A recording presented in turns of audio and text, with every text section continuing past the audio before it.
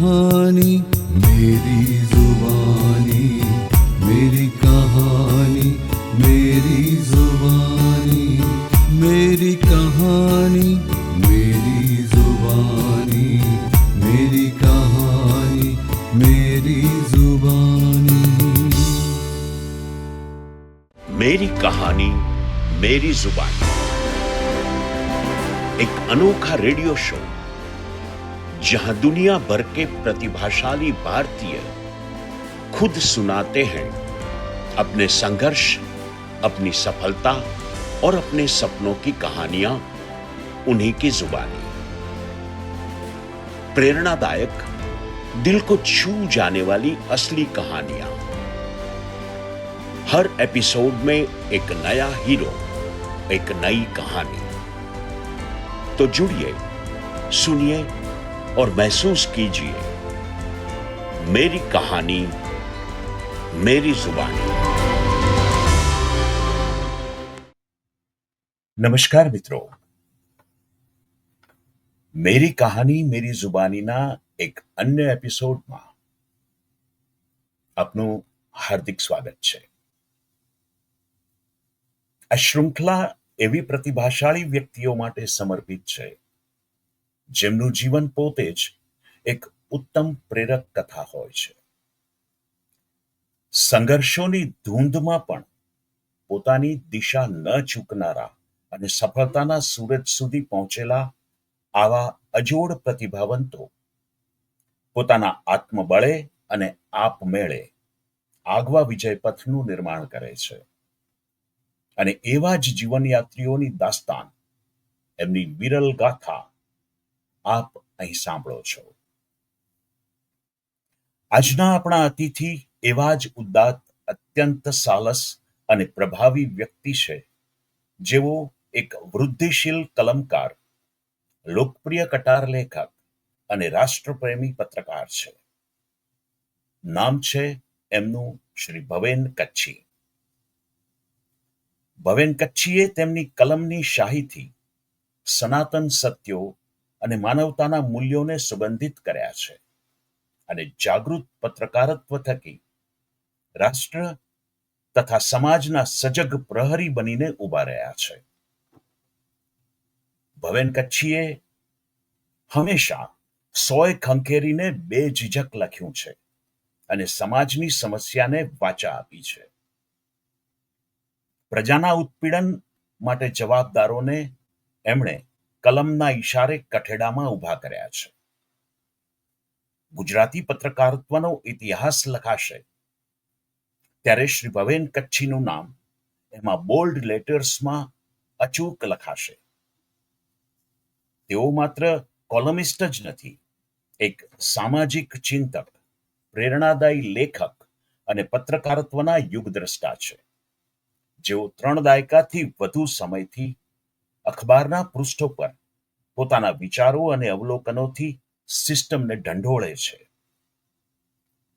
અખબારની desk પરથી શરૂ થયેલી તેમની કારકિર્દી આજે પત્રકારત્વના રાષ્ટ્રીય અને આંતરરાષ્ટ્રીય ફલક સુધી પહોંચી છે।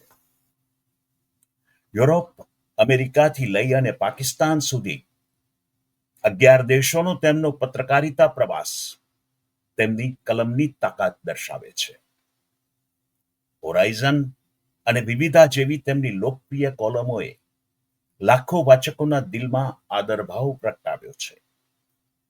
માત્ર પ્રિન્ટ મીડિયા જ નહીં, દ્રશ્ય શ્રાવ્ય માધ્યમોમાં પણ તેમની કલમ અને અવાજની ગુંજ સંભળાય છે। પત્રકારત્વના ક્ષેત્રમાં 4000થી વધુ લેખો, 12થી વધુ પુસ્તકો અને રાષ્ટ્રીય આંતરરાષ્ટ્રીય પુરસ્કારો અને સન્માનોએ તેમની પ્રતિભા, નિષ્ઠા અને દ્રષ્ટિના જીવંત પુરાવા છે। શ્રી ભવેન કચ્છી પત્રકાર ઉપરાંત સામાજિક ચિંતક, આધ્યાત્મિક યાત્રી અને પરિવાર પ્રેમી વ્યક્તિ છે। જીવનની 3 પેઢીના સંગાથમાં જીવતા ભવેનભાઈ માટે લેખન ફક્ત એક લકીર નથી। આંતરવિશ્વમાંથી પ્રકાશ પામનારા ભવેન કચ્છીના જીવનમાં શ્રી દત્તાત્રેયના સિદ્ધાંતો, અને બ્રહ્મલીન પ્રમુખ સ્વામી મહારાજના આશીર્વાદે અગાધ ઊંડાણ અને અપાર આત્મવિશ્વાસ ભરી આપ્યા છે.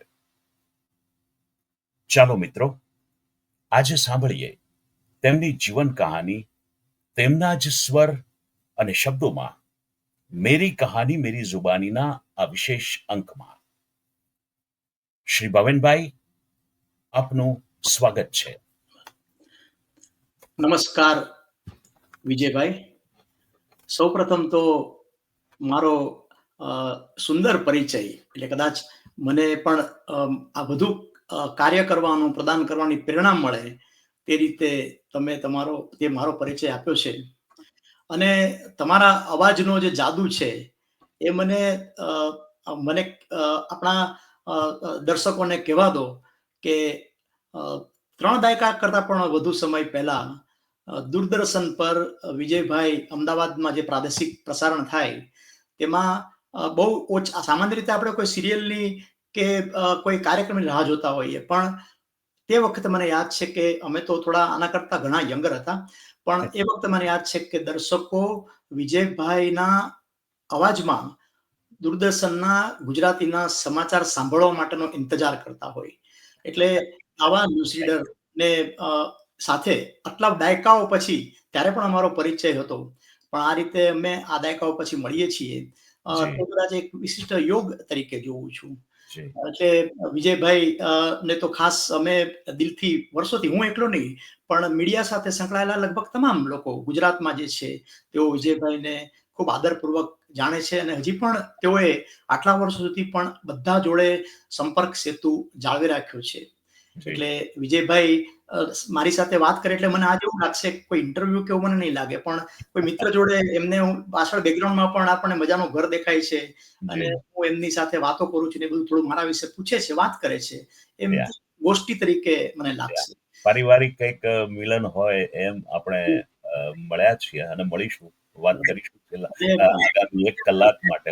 બીજું, હું ભારત FM ને પણ અભિનંદન આપીશ એટલા માટે કે મેરી કહાની મેરી જુબાની જેવા જે કાર્યક્રમ છે, અલબત્ત તમે એમાં મુખ્ય કેન્દ્ર સ્થાને છો, પણ ભારત FM નો આ વિચાર જે છે એના કારણે અમારા જેવા જે પણ જુદા જુદા ક્ષેત્રના વ્યક્તિઓએ કંઈક પ્રદાન કરવાનો પ્રયત્ન કર્યો છે, તેઓને તમે જ્યાં જ્યાં ગુજરાતીઓ વસે છે વિશ્વમાં ત્યાં ત્યાં સુધી પહોંચાડો છો, તો હું ભારત FM નો પણ આભાર માનીશ. Thank you Bhavenbhai. ફરી એકવાર તમારું સ્વાગત કરું છું અને આપણે આપણી વાતચીતનો દોર આગળ વધારીએ. ચોક્કસ. તો ભવેનભાઈ, મેરી કહાની મેરી જુબાનીના આ મંચ ઉપર પધારેલા આપ ખૂબ પ્રભાવશાળી વ્યક્તિ છો.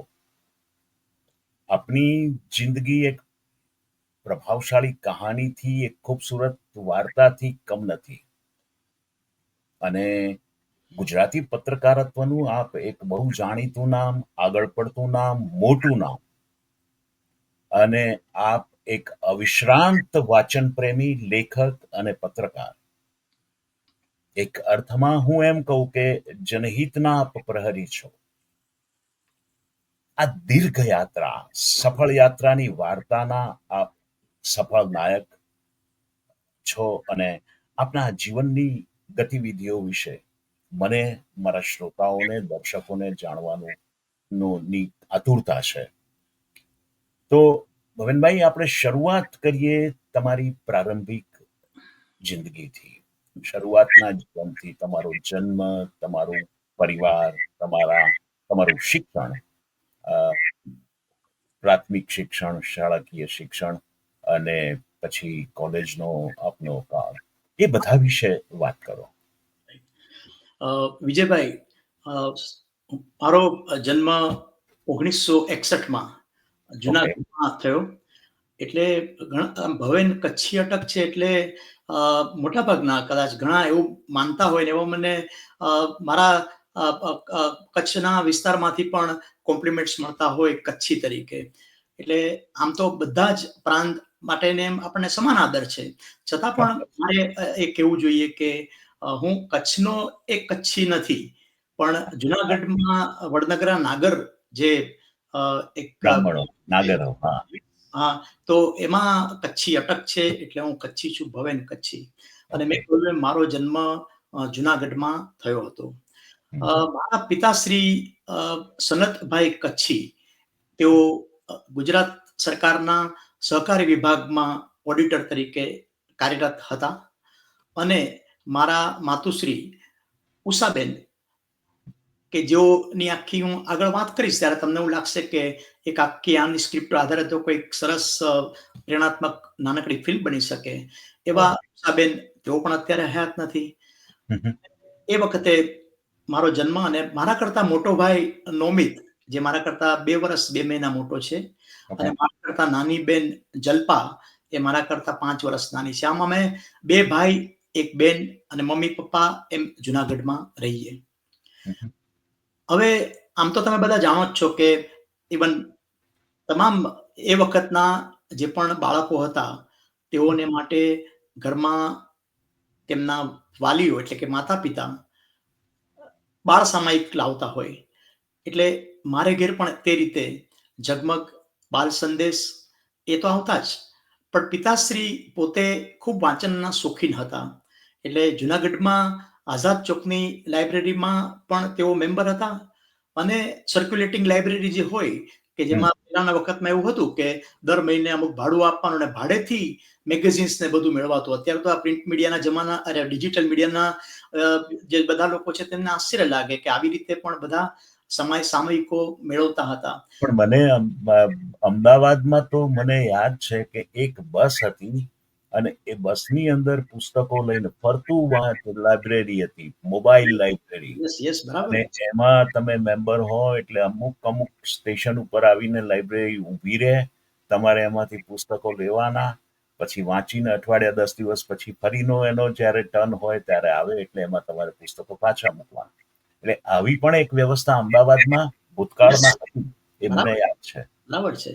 એટલે ઝગમગ બાલ સંદેશ સુધી જ સીમિત ના રહેતા મારા પિતાશ્રી જાણતા હતા કે બીજા બધા કયા મેગેઝિન્સ બાળકો માટે મહત્વના છે. એટલે ઝગમગ, બાલ સંદેશ, ફૂલવાડી, રસરંજન, રમકડું એ વખતે આવતું, વિજયભાઈ હશે, રમકડું, ચાંદા મામા, પરાગ, ચંપક, આ બધું જ મારા માટે તેઓ ઘેર લાવતા હતા. વાહ. પણ વિજયભાઈ, મહત્વની વાત એ છે કે હું એ રીતે વાંચવાનો એ બાને મને પણ કેળવણીથી શોખ થયો. પપ્પા મને સ્ટોરી પણ કહે. પણ તમે નહીં માનો કે લગભગ મારી 10 વર્ષની ઉંમર હશે ત્યારે આ બધું વાંચતો, 10-12 વર્ષની ઉંમર દરમિયાન, ત્યારે હું દરેક જે વાર્તા હોય તો એના લેખકનું નામ વાંચું. એટલે તો એ લેખકનું નામ વાંચું, એમાં હું ઝગમગ, મને ક્રિકેટનો નાનપણથી આટલી બાળવયથી શોખ હતો, કેમ કે પપ્પાને ક્રિકેટનો પણ શોખ હતો. એટલે રેડિયોમાં કોમેન્ટ્રી વાગે, અને એ બધું મને ફોલોઅપ સમજાવે કે હવે આમ થશે, 5 દિવસની મેચ હોય, એટલે ક્રિકેટની અંદર આજુબાજુના જે પાડોશી હોય એ પણ સાથે બેસીને રેડિયો સાંભળતા, અને ક્રિકેટનો પણ મને એ રીતે શોખ હતો.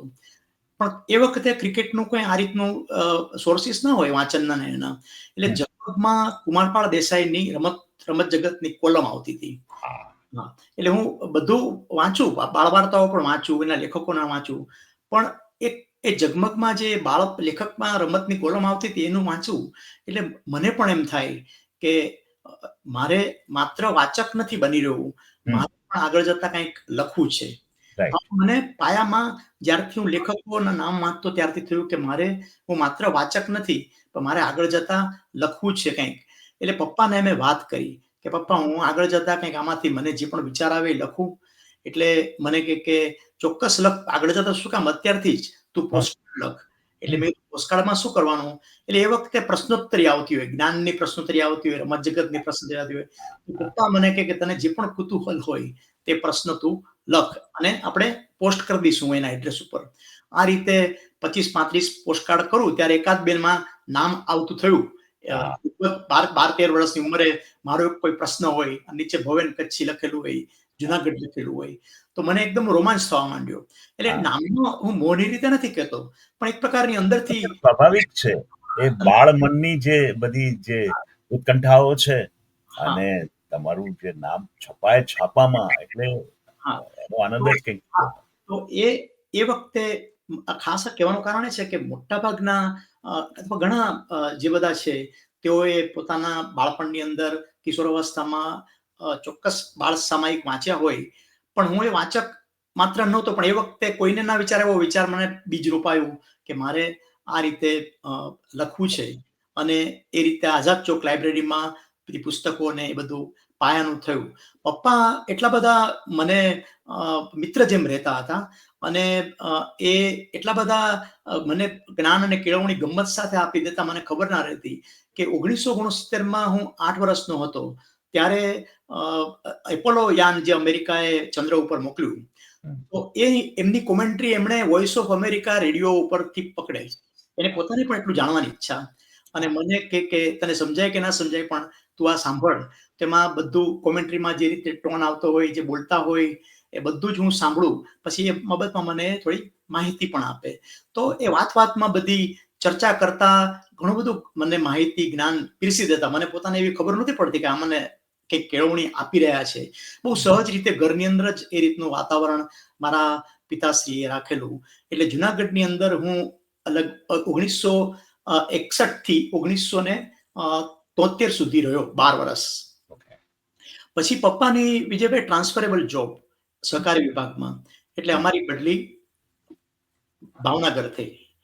એટલે ભાવનગરની અંદર અમે હવેલીવાળી શેરીમાં રહેતા હતા અને મેં મારું 7મું ધોરણ અડધું કિરણ હાઈસ્કૂલ, કેટેક કિરણ હાઈસ્કૂલ અને તે પછી 2 વર્ષ સનાતન હાઈસ્કૂલમાં અભ્યાસ કર્યો.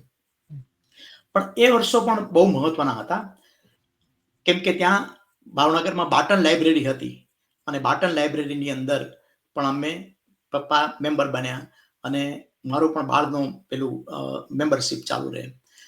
હવે તમે જુઓ કે કઈ રીતે એક ઘડતર કરી શકાય છે એનું ઉત્તમ ઉદાહરણ તમને આપું કે પપ્પા મને શું કરતા કે એ મને પોતાનું કાર્ડ આપી દેતા કે મારા પુસ્તકની લાઇબ્રેરી, મારા પુસ્તક લાવવાની જવાબદારી તારી.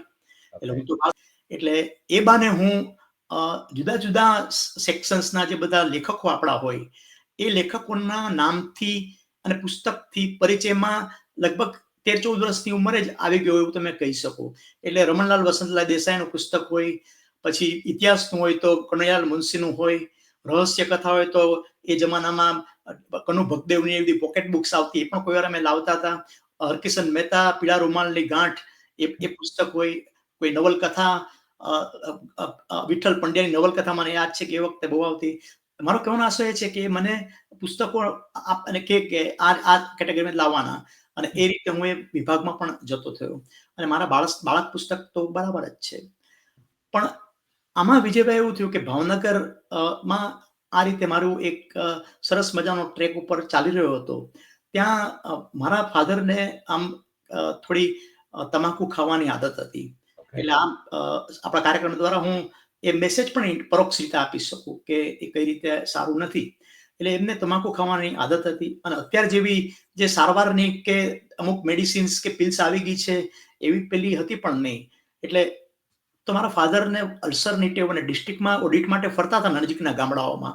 એટલે એની લાઈફ જરાક એ રીતે અનિયમિત થઈ ગઈ. મમ્મી નિયમિત બધા પરિવાર છે, મોટા કાકા, બીજા એમના ભાઈઓ જે કહેવાય છે મારા કાકા, એટલે એ બધા જ અમદાવાદમાં વર્ષોથી રહે. એટલે મોટા કાકા પણ કહેતા કે અમદાવાદમાં સિવિલ હોસ્પિટલમાં, એ વખતે સિવિલ હોસ્પિટલ અને વાડીલાલ એક મુખ્ય હોસ્પિટલ હતી, એમાં તું ચેકઅપ કરવા આવો, બતાવવા આવો. તો પપ્પા અમુક વખતે આળસી જતા, પણ પછી જયારે એક વખત ખૂબ વધારે દુખાવો થયો ત્યારે એમના જે મિત્ર ભાવનગરમાં હતા ઓફિસના, એમણે કીધું કે સનતભાઈ, મારા પપ્પાને કીધું કે આપણે અમદાવાદ જવું જ જોઈએ, અમદાવાદ જઈએ. અને અમદાવાદ જવા માટે એણે નક્કી તૈયારી કરી. સવારની એમની તબિયત જરાક નબળી લાગતી હતી એટલે એણે મને કહ્યું કે હું અમદાવાદ જાઉં છું. એવા સમાચાર આવ્યા કે બોટાદ રેલવે સ્ટેશન પર સનતભાઈ કચ્છી નામના વ્યક્તિનું નિધન થયું છે. એટલે સ્ટેશન ઉપર જ એ સ્ટેશનમાં એક ગાડી બોટાદ તરફ જતી હતી ત્યારે એમના મિત્રએ કહ્યું પછીથી કે ત્યારે એમને અચાનક અંદર ખૂબ દુખાવો થયો, અંદર કંઈક ગભરામણ થઈ અને એમણે પૂછ્યું કે આપણે અમદાવાદ કેટલા વાગે પહોંચીશું. એટલે એમના મિત્રએ, અરુણભાઈ ઓઝા એમના મિત્ર હતા, એમણે કહ્યું કે 8 વાગે આપણે પહોંચીશું રાત્રે. તો એમણે એમ કીધું કે કદાચ નહીં પહોંચાય. એ પછી એમણે બોટાદ સ્ટેશને ચા મગાવી અને ચા જે રકાબીમાં બિસ્કિટ સાથે લેતા હતા ત્યાં જ એમને ત્યાં અચાનક ટ્રેનના કોચમાં જ તેઓ નિધન પામ્યા. થઈ ગયા. તે હી વોઝ ઓનલી 44. પપ્પાની ઉંમર 44 વર્ષની હતી. અને સમગ્ર ભાવનગરની અંદર નાનું ગામ શેરીમાં જૂના અમદાવાદના આખું સોપો પડી ગયો. અમારી નાગર જ્ઞાતિમાં સોપો પડી ગયો. કારણ કે આ રીતે બીજું અત્યારે સ્નેહી છે અને વાચકો અને શ્રોતાઓને કહું છું કે માતા કે પિતા ઘણા તમારી જોડે 90 વર્ષ સુધી જીવે તો પણ બહુ ઉત્તમ વાત છે. પણ ઘણી વખત જીવનના સમજના 5 જ વર્ષ હોય. દાખલા તરીકે મારી સમજની ઉંમર આમ 8 વર્ષથી બાળક 7-8 વર્ષથી લગભગ સમજે ને યાદ રહે બધું. પછી ઘણાને થોડાક ફ્લેસીસ યાદ રહેતા હોય. તો એ જે 5 વર્ષનો ગાળો છે, 9 થી 14 વર્ષનો ગાળો, એ 5 વર્ષ કે 8 થી 14 વર્ષનો ગાળો છે, એમાં મને મારા પિતાશ્રીએ જે કેળવણી આપી ઇનડાયરેક્ટલી અને ડાયરેક્ટલી, એ એટલા વર્ષો મારા જીવનના ઘડતર માટે, મારા સંસ્કાર માટે, મારી કુતુલ સર્જવાની અને સંઘર્ષ કઈ રીતે કેળવો એ બધા માટે ઘડતર રૂપ બની ગયા. So it is I mean આંકડો હોય તો ખૂબ ઉત્તમ, એ ભળે અંદર સોનામાં સુગંધ, પણ ના હોય તો 5-6 વર્ષનું કોઈ સરસ મજાનો સત્સંગ સંગાત હોય ને તો પણ એ કામ થઈ જાય છે. પછી કોલેજનું શિક્ષણ તમારું ક્યાં થયું? એટલે ભાવનગરની અંદર અમે આ રીતે થયા. હવે આખી કહાનીમાં એ આવે છે, મેરી કહાની મેરી જુબાનીમાં ખરેખર બેસી એવી વાત થોડી આવે છે કે પપ્પા તો સરકારી નોકરી કરતા હતા. એ જમાનામાં તો કે પગાર કેવું તો તમે જાણો છો કે એટલું બધું ના હોય, એટલે ખાસ એવી બચત પણ નહીં. પપ્પા થોડા શોખીન પણ હતા, બધું ફિલ્મ જોવે, કપડા અમને બધાને સારો ખવડાવે પીવડાવે. તો પપ્પાનું એ રીતે નિધન થયું. મારા મમ્મીની ઉષાબેન, એની ઉંમર 39 વર્ષની એ વખતે હતી અને અમે 3 ઘરમાં બાળકો. ભાવનગરનું જે ઘર હવેલી વાળી શેરીનું હતું એ તો ભાડેથી જ લીધેલું, બરાબર. પણ એક મહત્વની વાત એ બની હતી કે પપ્પા જ્યારે એક્સપાયર્ડ થઈ ગયા, 1975ની સાલમાં એક્સપાયર થઈ ગયા, 44 વર્ષની વયે. અને હું 14 વર્ષનો હતો, મારો ભાઈ 16 વર્ષનો, નાની બેન 9 વર્ષની. તેના એપ્રિલ મહિનામાં પપ્પા એક્સપાયર્ડ થઈ ગયા વેકેશનમાં. પણ એ પહેલાના વેકેશનમાં જ્યારે અમે અમદાવાદમાં 15 દિવસ માટે આવ્યા હતા, ત્યારે મારા મધર ઉષાબેન, એને એમ હતું કે મારી પાસે ખાસ કોઈ, એમની પાસે કોઈ એ વખતના જમાનામાં તો ઘરેણા કેવું તો હોય નહીં, પણ એમને થોડી પપ્પા એને એ લોકોએ બચત કરી હતી. એટલે એમ કે આપણે એ વખતે માણેક ચોક ને રતનપોળ ને બધાનું એક વધારે આકર્ષણ હતું. ત્યાંથી એક સોનાનો ચેન લઈએ, વેકેશનમાં જઈએ છીએ તો અમદાવાદમાંથી ચેન લઈએ. એટલે 5500 રૂપિયા લઈને એ વખતે વેકેશનમાં તેઓ ગયા હતા. 1974ના વેકેશનમાં, 75માં પપ્પા મૃત્યુ પામ્યા એના 1 વર્ષ પહેલાના વેકેશનમાં. ત્યારે મારા મોટા કાકા ધ્રુવજીભાઈ કચ્છી LICમાં જોબ કરતા હતા અને એમને ઘેર અમે રહ્યા. ત્યારે ધ્રુવજીભાઈએ પપ્પાને, સનતભાઈને અને મારા મમ્મી ઉષાબેનને સલાહ આપી કે તમે સોનાનો ચેન લો, એ મને વાંધો નથી, પણ મારી અંદરથી એવી ઈચ્છા છે કે હું અહીંયા રહું છું, તમારો એટલે મારા બીજા કાકા નૂતન કાકા, એના કરતા નાના શિરીષ કાકા, ફઈ યોગીનીબેન, એ બધા જ અહીંયા નારણપુરા વિસ્તારની અંદર કે રન્ના પાર્ક વિસ્તારની આજુબાજુ રહીએ છીએ. તો આગળ જતા તારું પણ એક ઘર થાય, એટલે આ 5500 રૂપિયાની જગ્યાએ તું પાર્શ્વનાથ કોર્પોરેશનની કલ્પતરુની સ્કીમ, નારણપુરામાં કલ્પતરુ સોસાયટીની સ્કીમ, એ વખતે તો જંગલ જેવું હતું, કેડી હતી બધી, તેમાં એમ કે તારે મેમ્બર થઈ જવું જોઈએ અને થોડા હપ્તા ને બધું તારે પેલું કરવું જોઈએ. એટલે મમ્મીની તો ઈચ્છા હતી કે સોનાનું ચેન, પણ એ પોતે પણ માની ગયા કે ચાલો એક સોનાના ચેન કરતા ભાવિ માટે આ સારું છે. એટલે એ વખતે 5500 રૂપિયા ઘરના બુકિંગના કલ્પતરુ ફ્લેટ્સના નારણપુરાના આપી દીધા હતા. અને પપ્પા હવે ગુજરી ગયા. સવાલ એ થયો કે ભાડાના ઘરમાં ભાવનગરમાં રહેતા હતા, એટલે ઘર તો અમારે છોડી દેવું પડે. મમ્મી તો 39 વર્ષના હતા, એમની પાસે કોઈ જોબ નહોતી, તો કઈ નોકરી નહોતા કરતા, બેંક બેલેન્સ કાંઈ હતું નહીં, તો શું કરવું એમ. એટલે કાકાના પક્ષ અને મામા પક્ષ એટલે મોસાળ બંનેના પક્ષમાં, કારણ કે આમ તો હવે 3 છોકરાની જવાબદારી અને આ માતા એટલે 39 વર્ષના ઉષાબેનની જવાબદારી, શું કરવું આ પ્રશ્ન થયો. પણ આખરે એવું અમદાવાદ ગયા અને પછી વિચારશું કે હવે આ 3-4 જણાનો ભાવિ શું નક્કી કરવું. એટલે એક વસ્તુ એવો પ્રસ્તાવ આવ્યો કે જુનાગઢમાં મારા નાની સાથે અમે બધા રહીએ અને મમ્મી કંઈક જે પણ નાનકડી જોબ કરે એ જોબની અંદર પેલા થાય. પણ મમ્મી એ વખતે ના જમાનાની 7 ચોપડી જ ભણેલા, એટલે એમને કે એવી કોઈ જોબ કઈ મળી નહીં, પણ તો પણ એમ કે કંઈક પ્રયત્ન કરશું. એક આ વાત થઈ. અને દરમિયાન એક પ્રસ્તાવ છે પણ હવે સવાલ એ થયો કે આવકનું શું, પૈસા કોણ આપશે? અમે બધા 18 વર્ષની નીચેના, એટલે એ બધી વાતો થતી હતી. ત્યાં મારા મોટા કાકાએ અમારે કોમ્યુનિટીમાં અમારી જ્ઞાતિના ઘણા બધા લોકો એ વખતે ગાંધીનગરમાં સારી સારી પોસ્ટ ઉપર હતા. એમને બધી રજૂઆત કરી કે આમાં શું કરી શકાય, વાત શું નીકળી શકે. ત્યારે એક રસ્તો એવો નીકળ્યો કે સરકારની રહેમરાહની હેઠળ, રહેમરાહના કાયદા હેઠળ તમારા ઉષાબેનને નોકરી મળી શકે. એટલે એ બધું આપ્યું. એ લોકોએ તો જોયું તો બેન 7 ચોપડી જ ભણ્યા હતા. એટલે કહ્યું કે રહેમરાની આધારે જોબ મળી શકશે, પણ બેન 7 જ ચોપડી ભણ્યા છે એટલે ક્લાસ 4 એટલે કે પટાવાળાની નોકરી કરવી પડશે. એટલે પ્યુન શબ્દ વાપર્યો. પણ એટલે ઘેર આવીને વાત થઈ, મમ્મીને બહુ ભારે હૃદય સાથે કાકાએ વાત કરી, મોટા કાકાએ, કે ઉષા આવી રીતે છે, તમારા મધર તો માતા શક્તિ હવે બહાર આવે છે, માતૃશક્તિ.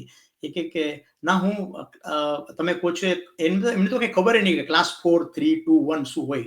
એટલે કે તમે કહો છો એ વર્ગ 4ની હું નોકરી કરીશ. અને અમે કલ્પતરુ ફ્લેટની અંદર રહેવા ગયા 3 જણા. અને મમ્મીએ વર્ગ 4ની નોકરી શરૂ કરી કરવા જાય.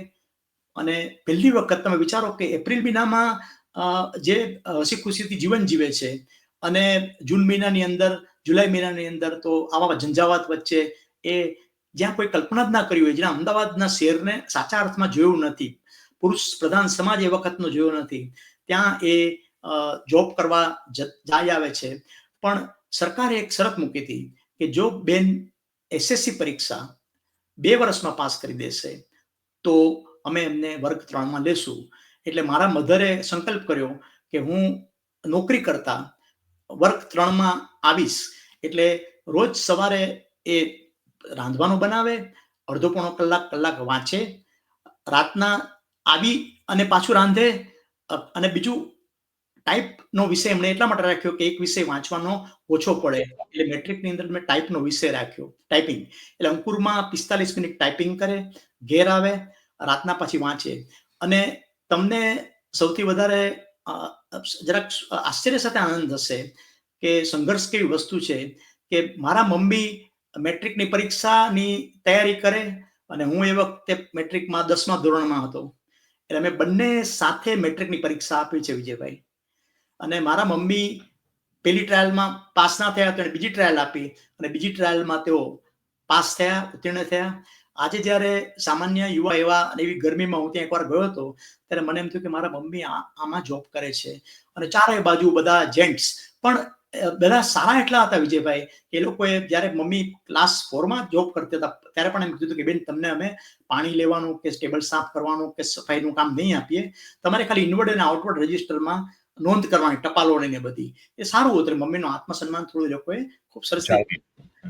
આ રીતે અમે અમદાવાદની અંદર શરૂઆત કરી. હવે કોલેજ પણ તમારી ત્યાં જ શરૂ થઈ? હવે એટલે અમદાવાદની અંદર મેં 10મું ધોરણ અમદાવાદની અંદર કર્યું, મેટ્રિક પાસ થયો. સ્કૂલની અંદર પણ સંઘવી હાઈસ્કૂલમાં મેં, સ્વસ્તિક હાઈસ્કૂલની અંદર મેં 11 ને 12 ધોરણ કર્યા. અને નવ ગુજરાત કોલેજની અંદર મેં કોલેજનું બીકોમનું કાર્ય કર્યું, અભ્યાસ કર્યો. પણ થયું એવું કે એ દરમિયાન મારું આ 2 વર્ષ વચ્ચે પપ્પાનું ના આવું બધું આઘાતની ઘટના બની, એમાં હું જરાક સંઘર્ષમય જીવનમાં અને આઘાત વચ્ચે મારો જે થોડો નાતો હતો વાંચનનો કે કુતુલ સાથે કંઈક જે પણ હોય લખવાનો, એ ઓછો થઈ ગયો હતો. પણ પછી 12મું ધોરણ થયું ને કોલેજમાં ગયો ને, ત્યારે મારા કાકાએ મને કહ્યું કે તું કુમારપાળ દેસાઈનું નાનપણથી ચાહક છે ને, તો તારું જે નવ ગુજરાત કોલેજમાં એડમિશન થયું છે ને, એમાં કુમારપાળ દેસાઈ તો પ્રોફેસર છે. એટલે મને તો જાણે કોઈ એ વખતે કોઈ સેલિબ્રિટી મારે કોલેજમાં હોય એવો મને આનંદ થયો. પછી કોલેજમાં હું ગયો ત્યારે એક જ થનગનાટ કે હું કુમારપાળ દેસાઈને રમતનું મેદાન, ગુજરાત સમાચાર રવિવારની પૂર્તિમાં પણ પછી તો વાંચતો થઈ ગયેલો, ક્રિકેટનું શોખ પણ ચાલુ, અને હું રમત ઉપર લખી શકું એવું મને પેલો આવ્યો. એટલે હું નવ ગુજરાત કોલેજની અંદર, ત્યાં તો મને ખબર પડી કે ડોક્ટર ચંદ્રકાંત મહેતા પણ ત્યાં છે, પ્રિયકાંતભાઈ પરીખ કે જેમના પપ્પા માટે હું પુસ્તકો લાવતો, એ પણ ત્યાં છે. અને એટલે સ્ટાફ રૂમ પાસે હું પહોંચી ગયો કે મારે પ્યુનને કીધું કે મારે કુમારપાળભાઈને મળવું છે. એટલે કે કુમારપાળભાઈ તો અત્યારે એમના પોતાના લેક્ચર પૂરા થઈ ગયા છે, એટલે ગુજરાત વિદ્યાપીઠ લાઇબ્રેરીમાં ગયા હશે. એટલે કીધું ગુજરાત વિદ્યાપીઠ લાઇબ્રેરી ક્યાં છે? મને કે તમને ખબર નથી, સામેની સાઈડે પાછળ. આમ તો અમદાવાદમાં મને કઈ પરિચય નહોતો, કારણ કે હું ભાવનગરથી આવ્યો હતો. એટલે સામે હું ગુજરાત વિદ્યાપીઠમાં ગયો અને ત્યાં અંદર જે ભાઈ મેગેઝિન સેક્શનમાં બેઠા હતા એમને મેં કહ્યું કે કુમારપાળ દેસાઈ અહીંયા ક્યાં દેખાતા હશે, ક્યાં મળશે? એટલે મને કે કુમારપાળભાઈ તો નીચે કોપીરાઇટ સેક્શન હોય એમાં સંશોધનમાં બેઠા છે એમ કે. એટલે મેં કીધું કે તમને વાંધો ના હોય તો એ આવે ત્યારે મને કહેશો, હું અહીંયા બરાબર ટેબલમાં એવી રીતે બેઠો છું કે આમ બહાર આવે તો મને ખબર પડે. એનું ટેબલ પણ આમ જ હતું. એ મને કે આપ કહીશ. ત્યાં સુધી કંઈક વાંચતો રહ્યો. 45 મિનિટ થઈ એટલે કુમારપાળભાઈ બહાર આવ્યા. એટલે પેલા ભાઈએ કહ્યું કે કુમારપાળભાઈ આવ્યા. એટલે કુમારપાળભાઈ જોડે લાઇબ્રેરીમાં ધીમે ધીમે બોલતા બોલતા બહાર આવી અને મેં કીધું કે કુમારપાળભાઈ, હું બહુ બાળવયથી તમારું વાંચું છું, હવે રમત જગત પણ વાંચું છું, બીજી બધી કોલમ પણ તમારી વાંચું છું, પણ તમારો ચાહક છું ને તમારું જોઈને મને એમ થાય છે કે હું પણ તમારી જેમ લખું. જેમ એટલે મારું આવે જેવું તો કદાચ ના થઈ શકે એ વખતે હું. એટલે એમણે મને કહ્યું કે ના તું તારે લખીને મને બતાવે એમ કે. પછી એને લખીને આપતો પણ એ મને કહેતા કે હજી સારું લખ, આમ કરીને આખી વાત થઈ. કલમ ગળાતી ગઈ. હા, પણ હવે એમાં થયું કે કોલેજના એ વર્ષો દરમિયાન આ બધી સંઘર્ષકાળની વાત થઈ ત્યારે હું ગુજરાત સમાચાર કાર્યાલયમાં પણ જઈને મારા ગાંડા ગેલા લેખો જેવા પણ લખેલા હોય તે જે પણ સંપાદક હોય એને આપું. પછી એવું નહીં મને કે ગુજરાત સમાચાર માટે અસીમ એક આકર્ષણ હતું, કારણ કે બાળપણથી એ વાંચતા અને સંદેશમાં પણ જાઉં અને ત્યાં પણ આપું. પણ કંઈ પ્રકાશિત થવાનો તો કોઈ સવાલ ઓછો હતો, કારણ કે બધા સ્થાપિત લેખકો કોલમિસ્ટો હોય એ રીતે. પણ આ મારું એટલું બધું મને પ્રેસમાં જઈને એ પ્રકારનો રોમાંચ થતો એ વખતે કે જાણે કોઈ ફિલ્મ કલાકાર જે બહુ પેશનેટ હોય એને સ્ટુડિયો ને લાઇટ અને કેમેરા ને બધું જોઈને થાય ને એ મને પેલું થતું. અને ત્યાં હું ભાવુક એટલા માટે બની જતો કે જે પપ્પા જે લેખકોને વાંચતા હતા એના પુસ્તકોનું મને નામ સાથે કહેતા હતા, એ બધા મારી નજર સામે આવ્યા હતા. હું લગભગ 18 વર્ષની ઉંમરમાં કે ત્યાં યશવંત મહેતા હતા, હરીશ નાયક કે જેને વાંચીને હું મોટો થયો હતો એ ત્યાં હતા, શશિકાંત નાણાવટીનું રવિવાર પૂર્તિમાં રંગમ જેવી કંઈક કોલમ આવતી હતી તો હું પ્રભાવિત થાવ. પપ્પા એની પણ વાત કરતા હોય. પછી મહેશ ઠાકર છે એ પણ ત્યાં મળ્યા. બધા ટૂંકમાં જે વાંચતા હતા અમે, પપ્પા પણ મને કહેતા કે આ વાંચ, એ બધા સામે. અને સંદેશમાં હું જતો ત્યારે ત્યાં મોહમ્મદ માંકડ હતા. તો મોહમ્મદ માંકડ ને મળ્યો ત્યારે તો મને એમ થયું પપ્પા માટે તો હું આ લાવતો ને. એને મને કેલિડોસ્કોપ વાંચવા પણ એ વખતે પપ્પાએ કહેલું એટલે એ પણ મેં એમની વાંચેલી. તો આ બધા આ વાંચવામાં પછી એક જાણે મને આદત થઈ ગઈ કે હું ગુજરાત સમાચાર કોલેજ પછી જાઉં. પણ હવે સવાલ એ થયો કે કોલેજ આ દરમિયાન પૂરું થાય છે. સવાલ એ થયો કે ઘરની અંદર કમાણી તો મમ્મી એકલાની જ હતી, ભાઈ પણ હજી ગ્રેજ્યુએટ પૂરો થયો હતો, એટલે હું પણ ગ્રેજ્યુએટ થયો હતો, ગ્રેજ્યુએટ તરફ પ્રયાણ હતું પૂરું થવાનું. તો ઘરમાંથી પ્રેશર કે નોકરી કરવાની. હવે ગુજરાત સમાચારની અંદર કે સંદેશમાં મને એવું જાણવા મળ્યું કે એમાં કંઈ તાત્કાલિક કંઈ એમાંથી પૈસાનો આર્થિક પ્રયોજન કે વળતર કે નોકરી કે એવું મળે એવું નહોતું. આ તો ઉચ્ચક પેલું હોય એટલે એક નોકરી કરવું બહુ જરૂરી હતું. એટલે મને પહેલેથી માર્કેટિંગ કે એડવર્ટાઇઝિંગ કે એવી બધી દુનિયામાં રસ, એમ આ બધું બહિર્મુખ જોડે આમ આપણે કંઈક ડેશિંગ કામ થાય એવું. તો મને એમ થયું કે હું માર્કેટિંગનું કામ સંભાળું. અને સાથે સાથે માર્કેટિંગ એક એવી જોબ છે કે જેમાં તમે બહાર નીકળી જાઓ છો સવારના 11 વાગ્યાથી 10 વાગ્યાથી સાંજના 7 વાગે 6 વાગે ઘેર આવો છો, એ દરમિયાન તમે બહાર ફરતા રહો છો, ઇન હાઉસ ઓફિસમાં જ કેદ નથી રહેતા. એટલે મેં રાખી. પણ ઘરમાંથી સતત એવું દબાણ કે કારણ કે મારું સામાન્ય જ્ઞાન અને બીજી બધી પેલી સારી હતી ક્વોલિટી, એટલે બધા ઘરમાંથી કાકા છે, ઘરના સભ્યો બધા મને દબાણ કરે કે તું જીપીએસસી ની પરીક્ષા આપ, યુપીએસસી ની આપ, બેંકની ડાયરેક્ટ મેનેજ આ પરીક્ષા. પણ આ બધાનો પેલો કરતા માર્કેટિંગની અંદર હું ઇલેક્ટ્રોનિક્સ ઇક્વિપમેન્ટ્સ એલ્મર નામના જે એ વખતે હતા એમાં કેલ્ક્યુલેટર હતા. એ જમાનામાં કેલ્ક્યુલેટર તો વેચવાનું એક પેલું હતું આકર્ષણ.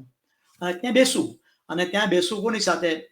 ગુણવંત છો શાહ જોડે, એ નેટવર્ક જે લખતા વર્ષો સુધી, અને પછી આશ્લેષ શાહ નામે લખતા હતા. એ સંપાદક હતા. એટલે મને એવું જાણવા મળ્યું હતું કે આ સંપાદક છે. એટલે એમને હું આર્ટિકલ પણ આપતો. અને વિજયભાઈ આવી રીતે હું માર્કેટિંગમાં જાઉં, પછી આર્ટિકલ આપું.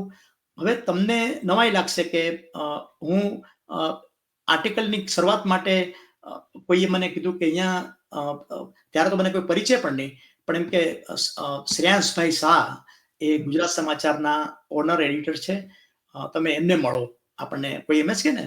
એટલે એ વખતે મેં કેવું નક્કી કરેલું કે હું એમને મળીશ ત્યારે એવી રીતે એકાદ લેખ લઈને નહીં જાઉં, પણ એમને મારી પ્રતિભા દેખાય એ રીતે જઈશ. અને હું શ્રેયાંશભાઈ શાહને મળવા માટે ગયો. શ્રેયાંશભાઈ મને સરસ રીતે બોલાવ્યા, કહ્યું કે શું છે, એ કીધું કે મારે આવી રીતે મારો પરિચય આપ્યો અને આપણે મને કે શેના વિશે લખશો, કયો વિષય તમને ગમે છે, શું છે. એટલે મેં કીધું કે હું લઈ આવ્યો છું, કે બતાવો. એટલે એમને એમ કે એકાદ લેખ હશે, પણ મેં આખી ફાઇલ એમણે જોઈ. આમ તો એ તો આશ્ચર્ય પામી ગયા. પણ એમણે ફાઇલ મૂકી અને કહ્યું કે એ લોકો પણ આપણું પેલી ધગસ ચકાસતા હોય છે કે આ તો શરૂઆતનો એક આવેગ છે. એટલે કે સારું, તમે એક કામ કરો, મને મળવા કરતા તમે ગુચ્છો શાહ જે આસપાસ મેગેઝિન સંભાળે છે એમને મળો અને આસપાસમાં પહેલા તમે શરૂ કરો, પછી આપણે ગુજરાત સમાચારની અંદર જોઈશું. એટલે આસપાસની અંદર મેં લખવા માટેની શરૂઆત કરી. પણ મને એટલી ખબર પડી ગઈ કે કુમારપાળભાઈ દેસાઈ અહીંયા નિયમિત રીતે સ્પોર્ટ્સના આપે છે, એ કોલમ આવે છે, સમાચાર વખતે પણ તેઓ સાંજે કોઈ વખત પીટીઆઈના આધારે લખવા માટે આવી જાય છે. અને કુમારપાળ દેસાઈનું નામ એટલું મોટું છે કે મેં તો એવી કલ્પના જ ના કરી કે એમની જગ્યાએ મારું આવે. એટલે પણ મારી પાસે બધા વિષયોનું વૈવિધ્ય હતું. એટલે રમતનો શરૂઆતનો શોખ કે આનીથી હું શરૂઆત કરું, પણ પછી મને વિચાર આવ્યો કે આમાં તો મારા માટે આ શરૂઆત શક્ય નથી. એટલે મેં જુદા જુદા વિષયના લેખો આપવાનું ગુચ્છો શાહને શરૂ કર્યું. તમે નહીં માનો કે 37 જેટલા લેખો મેં ગણી રાખ્યા. 37 આર્ટિકલ્સ મેં એને આપ્યા દર અઠવાડિયાના મેગેઝિનમાં છપાવવા માટે. અઠવાડિક હતું. અને તો હું પછી પૂછવા જાઉં કે ગુણવંતભાઈ, આ વખતના મેગેઝિનમાં તમે મારો લેખ લીધો છે? એ મને કહે કે આવી રીતે પૂછવાનું નહીં, આવશે ત્યારે હું તમને કહીશ આવ્યો છે. તો હું કુતુલ મારું એવું કે એ મંગળવારે સવારે પબ્લિશ થાય આસપાસ, તો ઉસ્માનપુરા પાસે કોર્નરમાં જે એક લારી છે ત્યાં બધા મેગેઝિન્સ અને છાપા ને બધું મળે.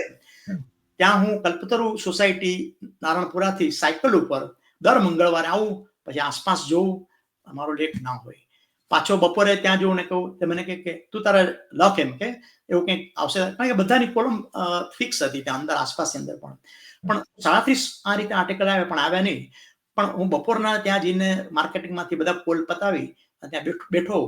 ત્યાં અચાનક એકવાર એવું બન્યું, તમે જુઓ કે સતત દરવાજા ખખડાવવાથી કઈ રીતે આપણને કંઈક દ્વાર ખુલે છે સફળતાના.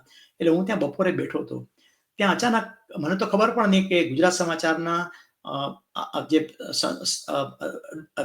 બેરોન કહેવાય, શાંતિલાલ સાઈટ, શાંતિલાલ શ્રેયાંશ બાહુબલીભાઈ એમના ફાધર અને ગુજરાત સમાચારના સ્થાપક આમ કહી શકાય સાચા અર્થમાં, તો અધિષ્ઠાપક. તો મને એનો પણ પરિચય નહીં, મેં જોયા પણ નહોતા. તો એ હું પાછળ આમ બેઠો હતો અને એ મારી પાછળ ઉભા હોય એ રીતે સામે ગુણવંત શાહ. અને કે ગુણવંત એની ટેવ એવી રહી હતી કે દર ટેબલ ઉપર બધે ફરતા હોય, ધોતી અને જબ્બો પહેર્યો હોય સફેદ, અને પગમાં ચંપલ પણ ના હોય અંદર. તો એટલે કે ગુણવંતલાલ શું આપો છો આ વખતે આસપાસ મેગેઝિનની અંદર ટાઇટલ સ્ટોરી? એટલે ગુણવંતલાલ કે આ કંઈક આ વખતે દિલીપ કુમારનું કંઈક ચાલે છે અને ફલાણી સ્ટોરી છે, એમ કરીને કંઈક 2-3 એમણે સ્ટોરીના પહેલા કીધા. એટલે પેલા કે ક્યારે અંક જવા દેવાનો છે? એટલે કે બસ આજે શનિવાર છે, એટલે આજે આ મંગળવારે પબ્લિશ થાય, એટલે આજે એમ કે આપણે અંક જવા દેવાનો છે. અને આ સમય લગભગ બપોરના 3 વાગ્યા હતા. એટલે ગુણવંતભાઈને કે પણ આપણે આ વખતે ટાઇટલ બદલવાનું છે અને ટાઇટલ એક નવી કોન્ટેસ્ટા કાર આવે છે એનું કરવાનું છે. એટલે ગુણવંતભાઈ કીધું કે હા એનું વાંચ્યું છે, પણ આવતા અઠવાડિયે કરશું. એટલે કે ના, મારે કામા જોડે વાત થઈ છે. એટલે જહાંગીર કામા મોટર્સ ત્યાં ખાનપુરમાં જ. એટલે દાદાએ શાંતિલાલ દાદાએ કીધું કે મારે કામા જોડે વાત થઈ છે. એટલે એ લોકોનું કંઈક એ વખતનું એડિટોરિયલ નક્કી થયું હશે. આપણે આ વખતે આસપાસની અંદર કોન્ટેસ્ટા કાર ઉપર અને કારની એની પેલી વાત ઉપર લખવાનું છે. એ વખતે એમ્બેસેડર અને ફિયાટ એ બે જ મુખ્ય કાર. પણ એ પછી હિન્દુસ્તાન મોટર્સ એ આ રીતે કોન્ટેસ્ટા લાંબી ગાડી એક આકર્ષણ માટે, એ વખતે એવું હતું કે લાંબી ગાડી એટલે જાણે એક સ્ટેટસ કહેવાય. એ કોન્ટેસ્ટા નામની ગાડી મૂકી હતી. પણ કંપનીની અને સંસ્થાની એવી કોઈક વાતચીત થઈ હશે કે આ લોન્ચ થાય છે ત્યારના અંકમાં જ મુકાય, એટલે 3 વાગે એટલે કે ગુણવંતભાઈ કે પણ હવે તો કોણ વાત થઈ શકે કોન્ટેસા કાર, અને એના વિશે થોડી માહિતી મેળવવી પડે, લખે રાત સુધીમાં તો આજે આપણે આપી દેવું પડે. દાદાની ટેવ તમે એ રીતે હતી, બધું પૂછીએ કોઈ ટેબલ ઉપર બેઠો હોય તો. એટલે એને મારી સામે જોઈને મારા પાછળથી પૂછ્યું, આ ભાઈ કોણ બેઠા છે? એટલે ગુણવંતભાઈ કે ભવનભાઈ આ ગુજરાત સમાચારના શાંતિમ પરિચય આપ્યો. એટલે તો ઊભો થઈને એમને ખૂબ પગે લાગ્યો. પછી મને કે શું કરો છો તમે? એટલે મેં કીધું કે હું બસ આવી રીતે લેખ આપું છું ને ગુણવંતભાઈને મેં ઘણા લેખ આપ્યા છે, પણ હજી પબ્લિશ થતા કદાચ મારી ક્વોલિટી નહીં હોય ત્યાં સુધી હું આપતો રહીશ. 37 થાય કે 40-50 થાય મને વાંધો નથી. એટલે મને કે શું નામ તમારું? એટલે મેં કીધું કે ભવેન કચ્છી. એટલે મને કે કચ્છના છો? એટલે મેં કીધું કે ના, હું તો નાગર છું. તો એ વખતે અમારા જે ક્વોલિટીઝ હતી, ગુજરાત સમાચારમાં ઘણા બધા નાગર લોકો પણ પ્રદાન આપી ચૂક્યા હતા, કોલમિસ્ટો પણ હતા, એટલે એમના માટે એક સારી છાપ હતી એમને. એટલે મને કે ના તમે લખો, એમ કે આ કોન્ટેસા ઉપર લખી શકશો? એટલે મેં તો એકદમ કોન્ટેસાનું પણ નામ પહેલી વાર સાંભળ્યું હતું, એ બહુ સાચું કહું તો. એટલે મેં હા પાડી, મેં તો હા ચોક્કસ. પણ સાંજે તમે જોયું ને કે શનિવાર આજે છે, આપી દેવાનું છે, તો હું તમને માર્ગદર્શન આપું છું એમ કરી અને ગુણવંતભાઈને કીધું કે આ ભાઈ તમને, ભવેનભાઈ તમને રાત સુધીમાં આર્ટિકલ આપી દેશે. એટલે ગુણવંતભાઈ કે તમે કરી શકશો? મેં કીધું હા કરી શકીશ. પછી શાંતિ દાદા મને એમની પોતાની બેસવાની જગ્યા હોય ત્યાં લઈ ગયા, અને મને કે જો મેં અહીંયા કામા મોટર્સ તમે જોયું છે? મેં કીધું કે હા. તો કે ત્યાં જાગીર કામા બેઠા છે, એમને વાત થઈ ગઈ છે, તમે ત્યાં જઈને તમને જે પણ પૂછવું હોય એ પૂછો. 2-4 સવાલ એમણે પણ મને આપ્યા, અને એ તમને જે બ્રોશર્સ ને આપે એ તમે કલર ફોટા અંદર હશે એ તમારે લેતા આવવાનું છે. પણ માત્ર આપણે એવું ના લાગવું જોઈએ કે કોન્ટેસા કાર ઉપર જ લેખ લખીએ છીએ, ભલે એ બનાવશું ટાઇટલ આપણે, પણ બજારમાં કારની સ્થિતિ કેવી છે, વેચાણ કેવું છે, ભાવિ કઈ કાર આવી રહી છે, આવો એક લેખ બને. અને સાથે સાથે 2 વ્હીલર્સનું પણ તમારે મિર્ઝાપુરમાં બજાર છે, મિર્ઝાપુરમાં એટલે ત્યાં અમદાવાદમાં મિર્ઝાપુરમાં એ વખતે મેઇન ઓટોમોબાઈલ બજાર. એટલે હું તો નીકળી પડ્યો ત્યાં કામાને પણ ખબર હતી કે આવવાનું હતું, કોઈક આવવાનું હતું, અને અમે વાત કરી. માર્કેટિંગમાં તો એને કારણે મને એક અંદરથી કોઈ વ્યક્તિને મળું તો એવું કંઈ પેલું નહોતો થતો, કારણ કે ચેમ્બરમાં જ બધાને કાર્ડ આપીને માર્કેટિંગ કરતા હતા અમે. એટલે વધુ એક કોર્પોરેટ વ્યક્તિને મળતા હોઈએ. પણ મને પાછું આભા પણ નહીં, ઘણી વખત કોઈ વ્યક્તિનો પરિચય ઓછો હોય ત્યારે આપણે વધુ સારી રીતે હેન્ડલ કરી શકીએ છીએ. એટલે મને કોઈ આભા નહીં કે ભાઈ જહાંગીર કામા એટલે કઈ બહુ મોટું આમ હસ્તી છે ને એવી રીતે. શ્રેયાંશભાઈ કે દાદા મને એટલી ખબર કે માલિક છે, પણ આમ સહજ રીતે વાત કરતો હતો.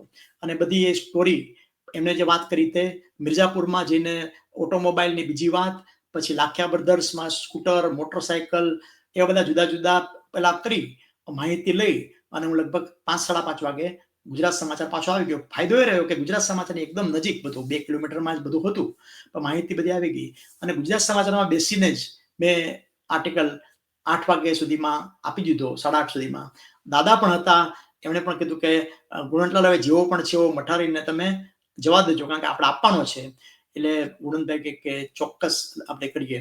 અને પછી શનિવાર થયો, રવિવારે તો કોઈ ગુણવંતભાઈ પણ મળેની રજા હોવાના કારણે સોમવારે હું ગુજરાત સમાચાર એ કુતુલ સાથે ગયો કે આર્ટિકલનું શું થયું. એટલે ગુણવંતભાઈ તો એની સ્ટાઇલથી, અરે ભુવનભાઈ તમે ચિંતા ના કરો, લેશું ત્યારે આવી જશે. એટલે એમ કરીને થોડી વારમાં હું તો નીકળી ગયો, એ પોતે પણ નીકળી ગયા. પણ સવારે હું વહેલો ઉઠી ગયો અને સાયકલ ઉપર કલ્પતરુથી લગભગ 4 કિલોમીટર, 3 કિલોમીટર, 3.5 કિલોમીટર ઉસ્માનપુરાના કોર્નર ઉપર જેવી પેલી દુકાન ખુલી, થપ્પા પડ્યા ત્યાં આસપાસના, દૂરથી ટાઇટલ ઉપર કોન્ટેસા કાર જોઈ, અને પછી અંદર જોયું તો કોન્ટેસા ઉપર ને ઇન્ડસ્ટ્રી ઉપર આખો લેખ કાર ઇન્ડસ્ટ્રીનો, અને લખેલું કે ભવેન કચ્છી. અને આસપાસમાં આ રીતે 37 લેખો રિજેક્ટ થયા. એ પછી દાદા જોડે આકસ્મિક રીતે આ રીતે પરિચયમાં આવ્યો, અને દાદાએ મને કામ આપ્યું, અને ગુજરાત સમાચારમાં આસપાસની અંદર મારી કારકિર્દીનો પ્રારંભ થયો. વાહ વાહ. તો પત્રકાર તો તમે બની ગયા. પછી તો ફ્રીલાન્સ હતો એટલે સંદેશના ચકચારમાં પણ મેં કાર્યરત થયો.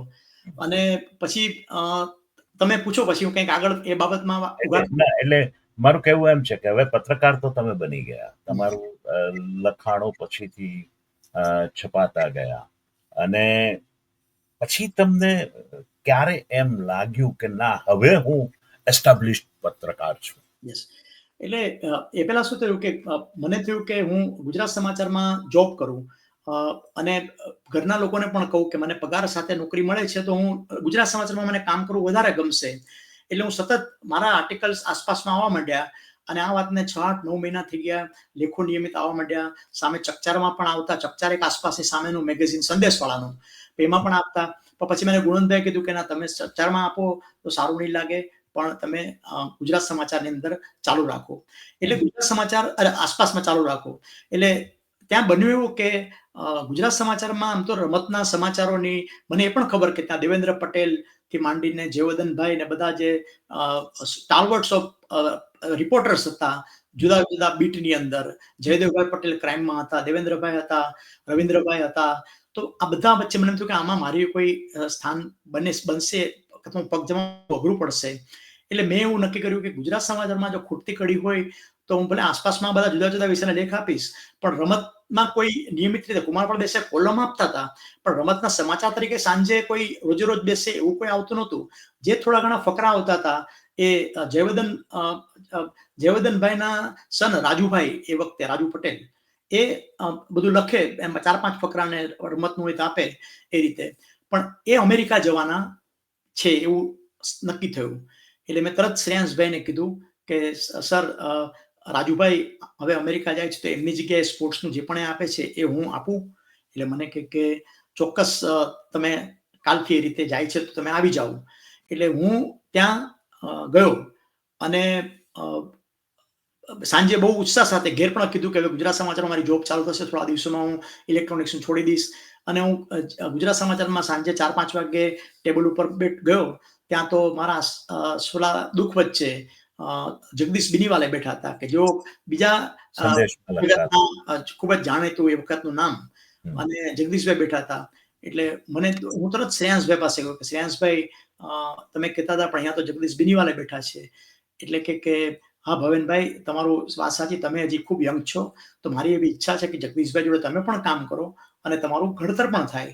એમની રીતે એમનો આશય શુભ હતો, પણ મને અંદરથી એમ હતું કે ના, મારે તો સિંગલ હેન્ડેડલી મારું કામ કરવું છે, આગળ વધવું છે. એટલે મને થોડુંક લાગી પણ આવ્યું. અને જગદીશ બિનીવાલે વખતે સંદેશમાં હતા, એટલે મને થયું કે સંદેશમાં જગ્યા ખાલી પડીએ છે. એટલે હું સીધો બીજે દિવસે બપોરે 12 વાગે સંદેશમાં પહોંચી ગયો. અને સંદેશમાં મેં કીધું કે કોને મળી શકાય. એટલે કોઈ કીધું કે ચીમન શેઠ, ચીમનભાઈ અહીંયા માલિક છે, તંત્રી છે, એમને મળો. એટલે એમનો પણ રોફ, એટલે કેએન સિંઘ એક જમાનામાં હતા ફિલ્મમાં, એવો એની પ્રતિભા, ચિરુટ બિરુટ પીવે નામ કડક પેલા. અને એમાં મેં કીધું કે સર, હું ભવેન કચ્છી, પણ આસપાસના લેખો બતાવ્યા. મને કહા, હું બધું જોતો હોઉં છું, તારું નામ એકવાર જોયું તું મેં. એટલે મેં કીધું કે આવી રીતે મારે અહીંયા રમત જગતનું સેક્શન છે, એમાં કામ કરવું છે. એટલે મને કે પણ રમત જગત તો અહીંયા બિનીવાલે સંભાળે છે. એટલે મેં કીધું કે ના, બિનીવાલે તો ગુજરાત સમાચારમાં જગદીશભાઈ તો જોડાયા છે. એટલે મને કે શું વાત કરો છો, એને ખબર નહોતી. આવી રીતે પત્રકારો બધા મોટે ભાગે એ વખતે માલિકો બેસાડે, સમજાવે, પેલા નીકળી જતા. એટલે એમને પણ પોતાને ખબર નહીં કે જગદીશભાઈ આવી રીતે છે. એને બેલ મારીને રવિવાર પૂર્તિવાળા પ્રતાપભાઈ ફણસેને બોલાવ્યા અને કીધું કે પ્રતાપભાઈ, બિનીવાલેનું શું છે? એટલે કે હા, બસ એનું રવિવાર પૂર્તિમાં આજે લેખ આવશે. તો કે નહીં આવે એમ, કે આ તો એ તો કે છે ભવેનભાઈ કે છે કે તો ગુજરાત સમાચાર જોડાયા. તો કેમ? તો કે સારું. એટલે મેં તરત તક ઝડપી લીધી કે સર, શેઠ, હું આવી રીતે અહીંયા રોજ સાંજે જોબ કરવા પણ આવીશ, બધું સંભાળીશ, અને સાથે સાથે હું પૂરતી નિંદર પણ આપીશ. મેં કે ના, પૂરતીમાં તો હજી તારે વાર છે, તું તારે સાંજે લખવા માટે ચાલુ કર અને તને કંઈક થોડું ઘણું આપીશું. એ વાત થઈ. પણ મેં પકડી રાખ્યું. મેં આ વખતે પૂરતીનો લેખ પબ્લિશ નહીં થાય, પડશે તો હું આપી દઉં. એટલે એમણે કહ્યું કે સારું, ત્યારે તું આપ. અને એ આર્ટિકલ પણ રવિવારની પૂર્તિમાં છેલ્લે પાને છપાયો. અને પછી એવું નક્કી થયું કે રવિવારની પૂર્તિમાં કુમારપાળ દેસાઈ ગુજરાત સમાચારમાં પૂર્તિમાં આપે રમતનું મેદાન, અને હું સ્પોર્ટ્સ વર્લ્ડ નામની કોલમ સંદેશમાં આપું. આમ 2-2.5 વર્ષ મેં સમાંતરે ચાલ્યું. હા, એ 2-2.5 વર્ષ મેં સંદેશમાં કામ કર્યું. એ દરમિયાન ગુજરાતી ટાઈમ્સ ઓફ ઇન્ડિયા શરૂ થવાની વાતચીત ચાલી. આઈ એમ ટોકિંગ અબાઉટ 89. અને ત્યારે ગુજરાત સમાચારમાં અરવિંદ ગોસ્વામીની તંત્રી તરીકે નિમણૂક થઈ ચૂકી હતી. પણ કુદરતી તમે જુઓ કે મારા મેરેજ થયા એ જ અરસામાં, અને અલ્પા જોડે મારા મેરેજ થયા. અને મને એમ થયું કે હું કેટલાક મારા ગુણવંત શાહ છે, લેખકો છે, સિનિયર છે, એમને સ્વીટ આપું. એટલે સ્વીટ આપવા માટે હું ને મારા વાઈફ અલ્પા ટાઈમ્સ ઓફ ઇન્ડિયાની અંદર અરવિંદ ગોસ્વામીને ગયા. એટલે એમણે આશીર્વાદ આપ્યા. પછી મને કહે કે જો તમે બેંકમાં જોબ ના કરતા હોત ને ભવનભાઈ, તો હું તમને ટાઈમ્સ ઓફ ઇન્ડિયામાં ચોક્કસ ઓફર કરું, કારણ કે મેં તમારો આસપાસમાં આપણે સાથે પણ લખેલું છે, એટલે મને ખ્યાલ છે તમારો સંઘર્ષ જોયો છે. એટલે મેં કહ્યું કે સર તમને કોણે કીધું કે હું બેંકમાં જોબ કરું છું? તો માર્કેટિંગ કરું છું અને ગુજરાત સંદેશની અંદર સાંજે જાઉં છું, કોલમ લખું છું. એટલે કે એવું છે તો તમે એમ કે ટાઈમ્સ ઓફ ઇન્ડિયાની અંદર તમે અત્યારે ને અત્યારે જ આપણે મળીએ. એટલે હું ને મારા વાઈફ બહાર બેઠા, હું હજી મેરેજ થયેલો નવો સવો, અને ત્યાં ટાઈમ્સ ઓફ ઇન્ડિયા 88 ની અંદર અમે રંજન ગર્ગ એમના જીએમ એને મળ્યા અને મેં કહ્યું કે ના તમને સિલેક્ટ કરી દઈએ છીએ, પણ ફોર્માલિટી માટે તમારે અમદાવાદ બોમ્બે જવું પડશે. એટલે હું ને મારા વાઈફ એ જ દિવસે રાત્રે ટ્રેનમાં બેસીને મુંબઈમાં ગયા. મુંબઈમાં ટાઈમ્સ ઓફ ઇન્ડિયામાં ઇન્ટરવ્યુ થયો અને હું સિલેક્ટ થયો. ટાઈમ્સની અંદર પણ મેં ખૂબ જ રવિવાર, બુધવાર, સમાચાર, રમત બધા જુદા જુદા વિભાગમાં કામ કર્યું. અને 1992નો સમય આવ્યો ત્યારે એક વખત એક કાર્યક્રમમાં હું ઠાકોરભાઈ દેસાઈમાં ગયો, ત્યારે શ્રેયાંશભાઈ આગલી હોટલમાં બેઠા હતા. એને હું પગે લાગ્યો અને કેમ છો સર? એટલે મને કે તમે ગુજરાત સમાચાર આવો તો મને ગમશે.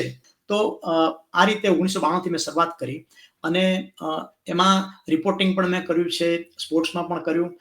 પણ મારી પાસે જે વિવિધ વિષયોનું એ વખતનું જે માહિતી, જ્ઞાન હતું, વિચાર હતા, સાઇટ હતી કે આ સબ્જેક્ટ ઉપર કરાય, આવી પૂર્તિ કરાય, આવું કરાય, એ બધું સદનસીબે એવું થયું કે શ્રેયાંશભાઈના મોટા સન નિર્મમભાઈ, કે જો અમેરિકાની અંદર અભ્યાસ કર્યો, નિર્મમભાઈ શાહ, અને બરાબર હું જ્યારે 92માં જોઈન્ટ થયો, નિર્મમભાઈ નવી આકાંક્ષાઓ, નવા સપના, અખબારને નવી એ વખતની યુવા પેઢીમાં લઈ જવા માટે એક તૈયારી સાથે એન્ટર થયા.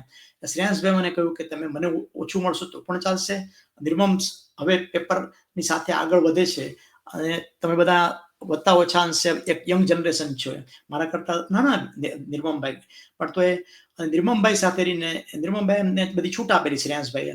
એટલે એ વખતે અમે નિર્મમભાઈએ કીધું કે મારી ઈચ્છા ભવનભાઈ એવી છે કે પહેલે પાને વર્ષોથી ગુજરાત સમાચારમાં પહેલે પાને રાજકારણના લેખો આવે તો યંગસ્ટર્સને રાજકારણમાં એટલી બધી ઓછી પેલી હોય, પણ એ વખતની દુનિયામાં શું હતું કે અર્થકારણમાં નરસિંહ રાવને કારણે અને મનમોહનસિંહને કારણે એક મુક્ત થયું, એટલે વિદેશી બ્રાન્ડ, કન્ઝ્યુમરિઝમ, એક આખી દુનિયા નવી ઊભી થતી હતી યંગસ્ટર્સને બધી. અને એ વચ્ચે અમે બધા સબ્જેક્ટની મેં વાત કરી કે આવા વિષયો પર આપી શકાય, આ વિષયો પર આપી શકાય. તો એમણે મને કીધું કે તમે બુધવાર પૂર્તિમાં રાજકારણનું આપણે કાઢીએ અને એની જગ્યાએ તમે આ લખો. અને એ વિવિધા કોલમ થઈ અને મારા એ લેખો એને એટલા બધા ગમ્યા. દરમિયાન મારી તત્વજ્ઞાનની આધ્યાત્મિક વાતો પણ બધી કરતા. એટલે મેં કીધું કે નિર્મમભાઈ સાચું કહું તો અંદરથી મને એક ઈચ્છા એવી પણ છે કે થોડાક ચિંતનાત્મક લેખો હોય, તત્વજ્ઞાન હોય, કરંટ ટોપિક્સ હોય, પણ એમાં જરાક આ થોડીક મેસેજ હોય, એવું માટે એક અલગ થીન લાઈન વાળી એક કોલમ પણ હોવી જોઈએ. એટલે મને કે તમે આર્ટિકલ લખી શકો? એટલે મેં કીધું કે હા. એટલે રવિવાર પૂર્તિમાં મારી હોરાઇઝન કોલમ શરૂ થઈ. બીજી મહત્વની વાત એ છે કે ગુજરાતી પત્રકારત્વની અંદર સામાન્ય રીતે કોઈ એક પૂર્તિમાં એક લેખક લખે વર્ષો સુધી, પણ બે મહત્વની પૂર્તિમાં એક જ લેખક વર્ષો સુધી, 32 વર્ષ, 33 વર્ષ સુધી અત્યારે લખતો રહે, એ અમારા જે ગુજરાત સમાચારના માલિકો છે તેને પણ હું આભારી છું. પણ સાથે સાથે એ પણ સંતોષ થાય છે કે સામાન્ય રીતે કોઈ પણ બિઝનેસમેન કે એડિટર હોય તો એમ વિચારે એક વખત વિજયભાઈને આપશું, એક વખત ભવેનભાઈને આપશું, શા માટે બંને ભવેનભાઈને જ આપવા, મહત્વના પૂર્તિના કવર સ્ટોરી. પણ somehow આવું નિર્માણ પામ્યું અને એક પછી એક વિષયો ઉપર મેં નક્કી કર્યું કે મારે કોઈના જેવું બનવાનો હવે પ્રયત્ન નથી કરવો. હું ભવેન કચ્છી તરીકે શું કરું છું, એટલે મારા વિષયો જુદા હોય, હું મારી શૈલી જુદી હોય, અને ધરતીકંપના કવરેજ હોય કે કડીમાં આગ લાગી હોય, ડ્રગની કંઈક પકડાયા હોય, આ બધી સ્ટોરી કરતા મારું એક આભા બની, છાપ બની અને હું ગુજરાત સમાચારની અંદર એકદમ મારું પોતાનું આગવું સ્થાન, એટલે એવું કંઈ પણ નહીં કે આના જેવો બનવાનો પ્રયત્ન કરું છું, આને પાડી નાખવા માટે કરું છું, આનું સ્થાન લેવા માટે કરું છું. પણ ગુજરાત સમાચારમાં જે એ વખતની ખૂટતી કડી હતી, એ બધી જ ફિલ્મના રિવ્યુ હોય કે તો મને હા હોય. એટલે હા એટલે ભવનભાઈ, મને હવે બીજો એક પ્રશ્ન એ થાય કે તમારા વૈવિધ્યપૂર્ણ તમારી સમાંતર કોલમો ચાલી બંને, હોરાઇઝન અને વિવિધા. તો અને સમગ્ર તમારા વ્યક્તિત્વ ઉપર એવી કોઈ છાપ કોઈ વ્યક્તિની કે એવા કોઈ પુસ્તકોની કે કોઈ લેખકોની એવી હા, અ, હા, છાપ હોય હા. એવું બનેલું? એક મારું પોઝિટિવ આર્ટિકલ એ રહ્યું કે હમણાં જ જેમને પદ્મશ્રી મળ્યો સુરેશભાઈ સોની, હમ, સહયોગ કુષ્ઠ રોગ નિવારણ. હવે હું બધા એવા બધા આર્ટિકલ પણ લખતો કે કોઈ સંસ્થા હોય ત્યાં જઈને એની જે કાર્યવાહી કેમ આ બધું જોવું. એટલે એ જમાનાની અંદર સુરેશભાઈ સાબરકાંઠાની અંદર એક નજીક નાનકડા મેક્સી ઝૂંપડા કાચા પાચા પેલાની અંદર કુષ્ઠરોગીઓની સેવા કરતા હતા. એટલે મેં આર્ટિકલ લખીને અ, અ, આખું એના વિશે સરસ હ્યુમન ઇન્ટરેસ્ટ સ્ટોરી બનાવી. અને તમે નહીં માનો કે એ આર્ટિકલના તરત જ સવારે 7 વાગે પબ્લિશ થાય વાચકો માટે. અને રાત સુધીમાં તો કેટલા બધા નજીકના જે 2-2 3-3 કલાકના ડ્રાઈવ કરીને આવતા હોય ને, અમદાવાદથી ત્યાં જતા હોય કે હિંમતનગરના આ તે, એ બધા લોકો તો ત્યાં ખૂબ મોટે દાનની સરવાણી આપી દીધી. એ વાહ. પછી એ લેખ અઠવાડિયાની અંદર અ, દેશ વિદેશમાં જેમ પબ્લિશ થયો એ વખતે પ્રિન્ટ એડિશન પણ ન્યુયોર્ક અમેરિકામાં હતી. તો અમેરિકાથી પણ દાન આવ્યું. અને જોત જોતાની અંદર એક પાક્કું આખું મકાન આશ્રમ જેવું બન્યું. એ માત્ર આ લેખને કારણે. અને વાહ. જ્યારે એની ઉજવણી થઈ ત્યારે મારો એ લેખ આખો મોટો કોપીમાં ત્યાં ગેટ ઉપર મૂકવામાં આવેલો કે હા. આ લેખને કારણે આ આખું નવું મકાન બાંધકામ થયું છે, આટલા ઓરડા થયા છે. તો હમ, હમ, હમ, મારા માટે ખૂબ આનંદ ને સાફલ્યની વાત હતી. હમ, બીજું હમ, પ્રમુખ સ્વામી મહારાજનો પણ પ્રસંગ તમને કહી દઉં કે હમ. અ, અ, પ્રમુખ સ્વામી મહારાજને મેં ખૂબ એમના વિશે આદર, એમને પૂજ્ય ભાવ, પણ દર્શન કરવાની મને તક નહોતી મળી. અને જ્યારે 1-2 વાર મેં ઈચ્છા કરી ત્યારે કંઈક એ વિદેશમાં હતા કે પ્રવાસમાં હતા. પણ બન્યું એવું કે હું બ્રિટિશ લાઇબ્રેરી અમદાવાદમાં છે ત્યાં બધા ન્યૂઝપેપર વાંચું, લંડનના પણ કોઈ કોઈ વખત જતો. તો લંડનના ન્યૂઝપેપરમાં મેં વાંચ્યું કે લંડનના નિસ્ડન પાસે બીએપીએસનું એક મંદિર કેવી બધી ચેલેન્જીસ સાથે બની રહ્યું છે ને હવે આકાર પામવામાં લગભગ પૂરું થયું છે. એ વાંચ્યું એટલે મને તરત થયું કે લંડનમાં આ સ્ટોરી છપાય તો હું તરત બીએપીએસનો મેં સંપર્ક કર્યો. અને ત્યારે મને કોઈએ કીધું કે બ્રહ્મવિહારી સ્વામીને તમે મળો, કારણ કે એ આ બધું હેન્ડલ કરે છે. એ બ્રહ્મવિહારી સ્વામીને હું મળ્યો, મારો પરિચય આપ્યો, એ મારા નામથી જાણતા હતા. એટલે એણે મને કહ્યું કે એના ભવનમાં બહુ સરસ સ્ટોરી બનશે. અને મેં કીધું બાપાના દર્શન કરવા છે. બાપા એટલે પ્રમુખ સ્વામી. એ પ્રમુખ સ્વામીને અમે દર્શન કર્યા અને બ્રહ્મવિહારી સ્વામીએ પરિચય આપ્યો અને કીધું કે ભવનભાઈ નિષ્ડન માટે લખવા માંગે છે. આ બધા જ મેગેઝિનના કટિંગ, મોટું વોલ્યુમ, એનું મેકિંગ, એ બધું એમને આપું છું અને ભવનભાઈ લખશે. ત્યારે બાપાએ મને આશીર્વાદ આપ્યા કે નાના સરસ તમારો આર્ટિકલ આવે અને લોકો સુધી પહોંચે, એમ કરીને મળ્યા. એ આર્ટિકલ બુધવાર પૂર્તિમાં છપાયો અને એટલો સરસ રીતે લખાયો બધું વાંચીને અને મારા અંદરના ભાવ સાથે કે સવારના બાપા બહુ પ્રસન્ન થયા. એટલે મને બીએપીએસમાંથી ફોન આવ્યો કે બાપા તમને દર્શન આશીર્વાદ આપવા માંગે છે. એટલે બાપાને પગે લાગ્યો, કીધું બસ બાપા મેં કંઈ લખ્યું નથી, તમે આશીર્વાદ આપ્યા, તમારા કારણે લખાયું હશે. એટલે એમને કે તમે મને કે પ્રમુખ સ્વામી મહારાજ કે તમે તો ભુવનભાઈ જાણે આ બેઉ ત્યાં ગયા હો એટલું સરસ અંદર વર્ણન કર્યું છે. જાઓ હું તમને આશીર્વાદ આપું છું કે તમે નિષ્ઠન મંદિરના રૂબરૂજીને દર્શન કરો એમ. વાહ. એટલે આશીર્વાદ નીકળી ગયો કે ભાઈ આપણે શું આવું. એ વાતને 6 મહિના થયા અને રોટરી ઇન્ટરનેશનલમાં નોન રોટેરિયન માટે ગ્રુપ સ્ટડી એક્સચેન્જ હોય. એટલે બ્રિટનની અંદર 4 જણાને એ લોકો મોકલતા હોય પ્રોફેશનલને. એ 4 જણા 3 રાજ્યોમાંથી સિલેક્ટ કરવાના હતા. એમાં મારી પસંદગી થઈ. 1 મહિના માટે એક અઠવાડિયા બધા બ્રિટિશરોના ઘેર રહેવાનું. અને એમાં પ્રવાસની અંદર કાર્યક્રમની સૂચિમાં સૌથી પહેલા મારી નજર મળી નિષ્ડન મંદિરની પણ તમારે મુલાકાત લેવાની છે. વાહ. જાણે ચમત્કાર થયો. અને એ પછી બાપાનો બીજો એક ટૂંકમાં પ્રસંગ કહી દઉં કે પછી હું ભુજમાં જ્યારે ધરતીકંપ થયો કચ્છની અંદર ત્યારે મેં બધું કવરેજ કર્યું. ત્યાં પણ બ્રહ્મવિહારી સ્વામીને બધા હતા. અને એ વખતે બિલ ક્લિન્ટન ત્યાં આવવાના હતા. ત્યારે બિલ ક્લિન્ટન આવવાના હતા એટલે હું વધુ 2 દિવસ રોકાયો. પણ પછી પાછા મેસેજ આવ્યો કે બિલ ક્લિન્ટન નહીં આવે. ત્યારે મેં બાપાને વિદાય લેતા ત્યાંથી નીકળતા કહ્યું કે બાપા કવરેજ ને બધું સરસ થયું છે, તમારું કામ બધું પ્રશંસાપાત્ર, પણ મારી એવી ઈચ્છા છે કે બિલ ક્લિન્ટન આવે તો મને આપ બોલાવજો. તો બાપા કે જરૂર, એમ કરીને છૂટો પડ્યો. એ વાતને 3 મહિના 4 મહિના થઈ ગયા હશે. ત્યાં બિલ ક્લિન્ટન ગાંધીનગર અને અમદાવાદ અને ભુજ ને બધી મુલાકાતમાં આવતા હતા. એની અક્ષરધામમાં કોઈ મુલાકાત હતી જ નહીં, શેડ્યુલિંગ ધરતીકંપ માટે આવ્યા હતા. પણ અચાનક એની મુલાકાત એવી નક્કી થઈ કે અક્ષરધામની અંદર તેઓ બીજે દિવસે સવારે જાય ને પછી નીકળી જવાના હતા.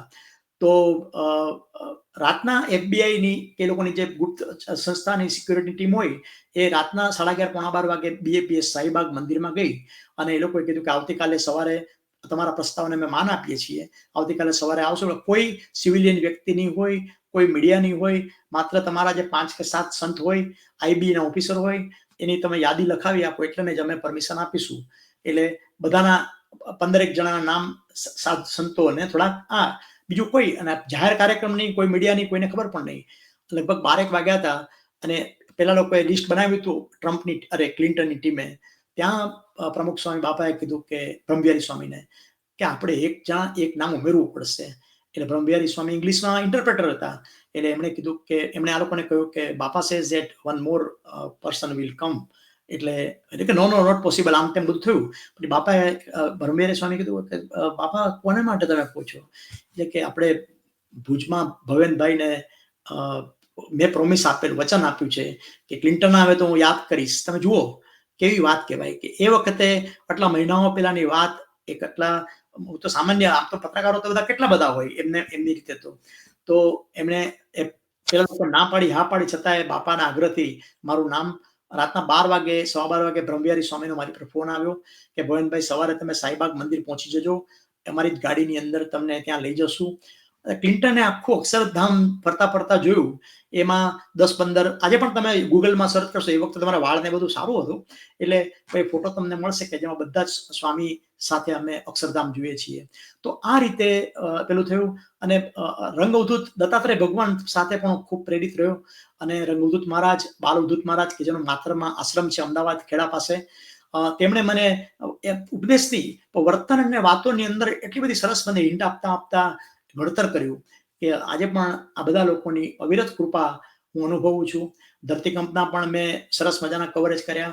વિદેશમાં હું પાકિસ્તાન ગયો, બીજી બધી જગ્યાએ તો બધા જતા હોય, યુરોપ પણ જતા હોય, અમેરિકા જતા હોય, સિંગાપુર, કોરિયા, આયર્લેન્ડ બધે હું ગયો. પણ પાકિસ્તાન ગયો તો પાકિસ્તાનની અંદર પણ એ વખતે આપણા માટે ખૂબ સરસ મજાનો પોઝિટિવ માહોલ હતો. ક્રિકેટ સિરીઝ ત્યાં લાહોરમાં હતી, એટલે મેચ માટે ગયેલો. અને ત્યાં પણ અદ્ભુત આવકાર, ત્યાંના નાગરિકો, ત્યાંની લાઈફસ્ટાઈલ, ત્યાંની આખી જીઓ પોલિટિક પણ મેં જાણ્યું. ત્યાં ગરીબો અને મધ્યમ બે જ વર્ગ છે, ગરીબ અને શ્રીમંત. અને ત્યાં લાહોરમાં વાઘા બોર્ડર પાસે પણ ત્યાં ગયો અને બધી જ જ્યાં મોહમ્મદ અલી જીનાથી માંડીને એ બધાના જે સ્થાનો છે જ્યાં એમણે પાકિસ્તાનની એલાન કર્યું, આ લાહોરને એ બધામાં પણ ફર્યો અને વિદેશમાં પણ આ રીતે ફરવાનું થયું. તમને પૂજ્ય પ્રમુખ સ્વામી મહારાજ અને દત્તાત્રેયજી, દત્તાત્રેયના અવધૂત મહારાજના ખૂબ આશીર્વાદ મળ્યા અને એમની પ્રેરણા અને એમની આપના ઉપરની કૃપા દ્રષ્ટિ આપ ખૂબ સરસ લખતા થયા. વિજયભાઈ, મારો જે દ્રશ્ય શ્રાવ્ય સાથેનો જે અનુભવ છે એ પણ થોડો શેર કરીશું. આપણે વાત કરીશું, પણ એ પહેલા મારે તમને એ પૂછવું છે કે તમે જ્યારે આ લખવાનું ખાસો એવો સમય થઈ ગયો હતો તમારો, અત્યારે જ્યારે તમે, તો એમાં કોઈ પડકારો આયા, એવા કોઈ પડકારોની વિશે વાત કરો ને મને. એટલે પત્રકારત્વ દરમિયાન કે પત્રકારત્વ દરમિયાન કે તમારા, અચ્છા, એને હું બીજી રીતે પૂછું. હા, એટલે આમાં શું હોય છે કે વાચકોને કદાચ એ ખ્યાલ ના હોય કે અમે ખૂબ ડેડલાઇન વચ્ચે અમારે લખવાનું હોય છે. એટલે અખબારની અંદર દાખલા તરીકે ડેઈલીમાં કામ કરતા હોઈએ તો ઘણી વખત એવું હોય કે સાંજના 7:30-8 વાગે લગભગ ખ્યાલ આવી ગયો હોય કે આજના સમાચાર મુખ્ય કયા છે, એ લખવાની પણ શરૂઆત થઈ ગઈ હોય. જે તે પહેલા પાનાના ટ્રાન્સલેશન હોય એ પાછા તો જેને જવાબદારી સોંપી, અને રિપોર્ટિંગમાં પણ જે લોકલમાં કે ગુજરાત રાજ્યની ઘટનાઓ મહત્વની છે એ પણ લગભગ 7:30-8 વાગે બની જતું હોય. તો એ રીતે ગાડી લગભગ અમારી ચાલતી હોય. વર્ષ દરમિયાન મોટાભાગના દિવસો આ રીતે થતા હોય. પણ ઘણી વખત જ્યારે આપણું ક્યારે જરાક પડકાર જેવું થાય કે સ્વચ્છતા રાખવી પડે કે 8 વાગે દાખલા તરીકે પેપરમાં બધું થઈ ગયું હોય ને ત્યાં જ અચાનક અમેરિકામાં લશ્કરે તૈયબાએ ટ્વિન ટાવર ઉપર હુમલો કર્યો, આતંકી. હવે ભારતીય સમય પ્રમાણે તો રાતના 7:30-8 વાગે આવે. હવે તમે વિચારો કે અચાનક પહેલા તો આવો એક ઘટનાનો ફ્લેશ આવે, પણ પછી એ ક્રમશઃ ડેવલપ થતું જાય. પછી તમે જરાક અચાનક હવે નક્કી કરો કે આખું મેઇન સમાચાર છે એ આપણે આ વર્લ્ડ ટ્રેડના આપવાના છે, ત્યારે એમાં કે મેઇન આપવાનો છે. પણ પછી જેમ જેમ એકાદ કલાક થાય એમ ઘટના ઇવોલ્વ થાય ત્યારે ખબર પડે કે ઓહ કેટલી મોટી ભયાનક ઘટના છે. ત્યાં સુધીમાં તો લગભગ 9:30 વાગી ગયા હોય, 10 વાગી ગયા હોય, કે જેમાંથી આઉટકમ ખ્યાલ આવે આટલી ટ્રેજેડી છે, આપણું ફાઇટર છે, કોણ ક્યાં છે, આ છે. તે બધા ડેવલપમેન્ટ વચ્ચે પેપર એકદમ સ્વસ્થતાથી અમે કાઢતા હોઈએ. અને આ રીતે એમાં પણ મારો અનુભવ એ વખતે હું કુદરતી રીતે 7:30 વાગે મારું થોડું કામ પતાવીને એક કોન્ફરન્સ માટે બહાર ગયો હતો, અને અચાનક ત્યાં જ ટીવીમાં જોયું હોલમાં કે ટ્વિન ટાવર પડ્યો છે, એટલે પાછો ગુજરાત સમાચાર દોડી ગયો. અને પછી તો એ વખતે પાછું આટલી હદે ચોક્કસ ઇન્ટરનેટ ને બધું હતું, પણ આટલી હદે રિસોર્સિસ બધા નહોતા, ડિજિટલ એક્સેસ થયા છે તે છે. એટલે અમારી જે ફાઇલ હોય કે જેમાં આતંકવાદી ભૂતકાળમાં હુમલા થયા હોય, લશ્કરે તૈયબા શું છે, ટ્વિન ટાવરમાં શું ફેસે, આ ટૂંકમાં કહેવાનું શું છે કે નાની નાની બોક્સ આઇટમો હોય, ઘટના હોય, ફોટા મેળવવાના હોય, આ બધું જ સ્વસ્થતાથી કરવું પડે. અને આ જે પડકાર હોય છે એ વાચકોને ખબર નથી, કારણ કે બીજે દિવસે સવારે અને 7:30 8 વાગે તો વિજયભાઈ હજી બહુ સમય કહેવાય અખબાર માટે, 12 વાગ્યા સુધી. પણ મુંબઈમાં દાખલા તરીકે આતંકી હુમલો થયો તાજમાં, પેલો કસાબ વાળો, ત્યારે તો લગભગ છાપું ઓલમોસ્ટ અમારી રીતે તો બધું બનાવી દીધું હતું મેઇન સાથે, અને ત્યાં જ મુંબઈમાં ઘટના આવી. ત્યારે પણ શરૂઆતમાં તો એમ જ આવે કે મુંબઈમાં આતંકી હુમલો, પછી બીજું ડેવલપ થતા પછી તો 11 વાગે ખબર પડે કે એ પાછું રસ્તામાં આ બાજુ પહોંચ્યું છે, અને બીજી બાજુ આતંકી જૂથ પહોંચી જાય. આ બધું જ અમારે, એટલે મારી એકલાની વાત નથી કરતા, I am one of the team in the member છું, પણ બધા લોકોનું એક સંકલન થાય કે તમે આ સંભાળો, મુંબઈ વાળા આ સંભાળે છે, ફોટાનું આ કરે છે, આતંકી આ કરો, પાકિસ્તાન, તો એ બધું સંકલન થાય ત્યારે જે સ્વસ્થતા હોય ને એ બહુ મહત્વનું છે. કે તમે અચાનક તમને કોઈ એમ કે તમારે ઘેર 30 35 40 જણા ભોજન લેવા માટે હમણાં કલાકમાં આવે છે, તો જે અફડાતફડી થાય એ પ્રકારનું એક, છતાંય વાચકને તો 12 વાગે રાતના ઘટના બને કે 7 વાગે બને કે દિવસમાં સવારના બની હોય, તો વાચકને તો સવારના બીજે દિવસે 5-6 કલાકમાં એવું જ અખબાર મળે કે જેમાં જાણે વાચકને એમ લાગે કે આ લોકોને કેટલો પૂરતો સમય all the time in the world મળ્યો છે, લાગે કેટલું બધું આખું ફોટા સાથે, માહિતી સાથે બધું. પણ એ દરમિયાન અમે સતત નાની નાની રેસીપી બનાવતા હોઈએ એમ આખું અખબાર. તો આવા બધા જે પડકાર છે એમાં તમારે ખૂબ સ્વસ્થ રહેવાનું છે, તમારું પોતાનું ટેન્શન છે, માનસિક સંતુલન જાળવવું પડે. ભારત હારી ગયું હોય તો મારે તો એકદમ બહુ સ્વસ્થ રહેવાનું છે, નિરાશ નથી થવાનું. જીત્યો છું તો એની ઉજવણીમાં કૂદી નથી પડવાનું. કોઈ વ્યક્તિનું નિધન થાય છે, કોઈ સમાચાર બને છે, તો બીજું વિશ્વ આખું ખળભળાટ મચી ગયો હોય, ધરતીકંપ થયો હોય ત્યારે તો કેવો આપણે બધા સોપો પડી ગયો હોય, પણ અમે તો ધરતીકંપમાં પણ પેપર ચાલુ રાખવા પડે ને. તો ઘરમાંથી બીજા બધા લોકો એમ કે નહીં જવાનું, આમ કરવાનું. કોરોના હોય તો કોરોનાને વખતે બધાને, મને યાદ છે કે અમારા સ્ટાફ, પહેલા પાનાનો જે સ્ટાફ હતો એમને વારા પડતી કોરોના થયો. પછી હું રમત વિભાગ પણ સંભાળું, તો એના મારા સ્ટાફને પણ કોરોના થયો. પણ ભગવાનની કૃપાથી મને કોરોના ના થયો. પણ એ જે ગેરહાજરી બધાની હતી, એ ગેરહાજરી પૂરવાનું પણ એનું જે લખવાનું જે કામ હોય એ હું પાછું કરતો. તો આવી બધું જે ટાઈમ મેનેજમેન્ટ હોય છે, સ્ટ્રેસ સ્વસ્થ રહેવાનું છે. અચ્છા, આર્ટિકલની ડેડલાઇન હોય તો શનિવારે આર્ટિકલ જાળવવાની જ હોય. બુધવારની આર્ટિકલની શનિવારે ડેડલાઇન હોય અમારે, અને અથવા રવિવારે મોડામાં મોડી મારા માટે, અને રવિવારની પૂર્તિની બુધવારે હોય, 4 દિવસ પહેલા ટૂંકમાં. પણ લખવાના દિવસે સવારે માતુશ્રીનું બપોરે મને નિધન થયું, મારે આર્ટિકલ તો આપી દેવો પડે. તો મારે અડધો કલાક, પોણો કલાક પૂરેપૂરો મારો શોખ જે છે રડી પડું, ડિસ્કો લઈ લઉં, પછી હું ખાલી ફેમિલીને કહું કે અડધો પોણો કલાક મારું કામ પૂરું કરું છું. આર્ટિકલ અત્યાર સુધી તમે જુઓ તો 4000 આર્ટિકલ લખાયા, આટલા બધા 52 અઠવાડિયા આપણા હોય, આટલા 10 વર્ષ 30 વર્ષના, પણ એક પણ આર્ટિકલ મારો નહીં, કોઈ પણ કોલમિસ્ટનો પડતો નથી હોતો. એમને સુખના પ્રસંગ પણ હોય, દુઃખના પ્રસંગ પણ હોય. મારા દીકરાને ત્યાં લગ્ન હોય અને એની 1 કલાક એ દરમિયાન મારે ડેડલાઈન આવવાની હોય, ઘરમાં બધા મહેમાનો હોય, એ વખતના ઘર નાના હોય, પણ મારે મારી રીતે પેસેજ હોય, ગેલેરી હોય, પગથિયા હોય, જ્યાં હોય ત્યાં મારે લેખ લખી નાખવો પડે. અને કેટલીક વખત તો મેં લાઇબ્રેરીની અંદર જવું અને લાઇબ્રેરીની અંદર પણ લખી નાખવું. ઘણી વખત પાછળથી ડેડલાઈન હોય તો કારની અંદર, હવે તો કારની અંદર જતો હોતો, પણ મારે ડેડલાઈન હોય તો સંભાળવું પડે. અને અહીંયા હું અત્યારે અમેરિકા આવ્યો છું મારા નાના સનને ત્યાં હું ગ્રાન્ડફાધર બન્યો છું એટલે તો વાહ! અહીંયા પણ અભિનંદન. ત્યાંની ખૂબ ઇન્ડિયન હા તમને ને તમારા પરિવારને ખૂબ અભિનંદન. હા યસ થેન્ક યુ એટલે અહીંયા પણ હું અહીંયા જે અમદાવાદની ડેડલાઈન છે એ પ્રમાણે મધરાતે 2 વાગે 3 વાગે આપતો હોઉં આર્ટિકલ કારણ કે ત્યાં સવારના ત્યાં તો દિવસ થયો સાંજના હોય. 4 વાગ્યા હોય તો અહીંયા મારા ટાઈમ પ્રમાણે એ રીતના પણ મારે લેટેસ્ટ આપવાનું એટલે હું બહુ બને ત્યાં સુધી સ્પેન્ડિંગ નથી લખતો કરંટ ટોપિક્સમાં આપું એ મને અમુક બાયોક્લોક પણ ગોઠવાઈ ગયું હોય કે અમુક સમયે તમારું બધું ચાલતું હોય તો પડકારની અંદર આ બધી વસ્તુ છે કે સમાચારની દુનિયા હોય એનો પડકાર આખો અલગ છે કે જેમાં ખૂબ સ્ટ્રેસ સાથે કામ કરવાનું છે ઘણી વખત તો હું ડેડલાઈન સાથેની જીવન છે પ્રવીણભાઈ, તમે વાત કરતા હતા તમારા વિદેશ પ્રવાસોની. પાકિસ્તાનની વાત કરતા હતા અને આપણે થોડુંક હા, એમાં yes. અંતરાલ આવ્યો. હા. એ પાકિસ્તાનના તમે જે પાકિસ્તાન અને અન્ય વિદેશોના પ્રવાસે ગયા પત્રકારિતાને લઈને, તો એ પ્રવાસની વાત કરો. હા. વિજયભાઈ અમેરિકાનો પ્રવાસ મારે એવી રીતે થયો કે વર્લ્ડ ટ્રેડ સેન્ટર પર જે હુમલો થયો એની જે પહેલી વર્ષી 2002માં આઈ થિંક પહેલી વર્ષી 2001માં હુમલો થયો ને હમ. 2002માં પહેલી વર્ષી હતી ત્યારે અમેરિકાની ગવર્મેન્ટ છે એણે ભારતના પત્રકારો જે વર્નાક્યુલર હોય એટલે કે ભાષાના પત્રકારો હોય એના 14 પત્રકારોને અમેરિકાની અંદર આતંકવાદી હુમલાની પહેલી વર્ષી નિમિત્તે જે પણ કાર્યક્રમ હતા એમાં ભાગ લેવા માટે આમંત્રણ આપ્યું.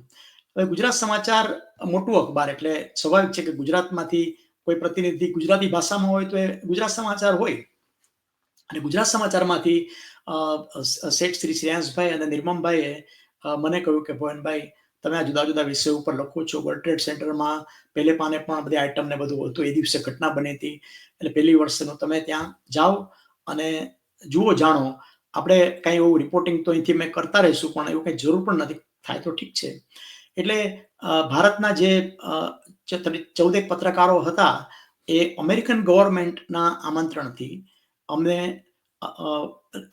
ન્યુયોર્કમાં વર્લ્ડ ટ્રેડ સેન્ટર એ વખતે વર્લ્ડ ઓવરના બધા પત્રકારો આવ્યા હતા અને ગ્રાઉન્ડ ઝીરો ઉપર એક આખું મોટું કાર્યક્રમ કે જેમાં જે લોકો ફાયર ફાઈટર હતા જે લોકોએ પોતાનો જીવ ગુમાવ્યો હતો એ શહીદ તરીકે કહી શકાય ફાયર ફાઈટર હતા એમના પરિવારજનો પછી જ્યોર્જ બુશ ત્યાંના ન્યુયોર્કના મેયર જે બધા હતા એનો આખો એક મોટો વૈશ્વિક કાર્યક્રમ હતો અને એ જોવા માટે એ અમારે એ રીતે એ લોકોએ વ્યવસ્થા કરી હતી કે ટેરેસ આજુબાજુ જે બધા ગ્રાઉન્ડ ઝીરોની આજુબાજુ જે બધા મલ્ટી સ્ટોરી બધા બિલ્ડિંગ હતા એના ટેરેસ ઉપર કેમેરા વાળા હોય ગોઠવાઈ જાય આ રીતે અમારે બધાને પણ તો એના ટેરેસ ઉપર અમે એ વર્ષી અમે ત્યાં એનું જોયું અમે નીચે થોડી વાર લઈ જવામાં આવ્યા ત્યાં પણ બધો કાર્યક્રમ જોયો એટલે અમેરિકાનો એ કાર્યક્રમ અને ત્યાંથી મેં પાછું એ જે ત્યાં હતું એનું ફેક્સ ઉપર રિપોર્ટિંગ પણ કરી દીધું ગુજરાત સમાચાર માટે એટલે અમેરિકાનો પ્રવાસમાં એ રીતે ન્યુયોર્ક માત્ર જ નહોતું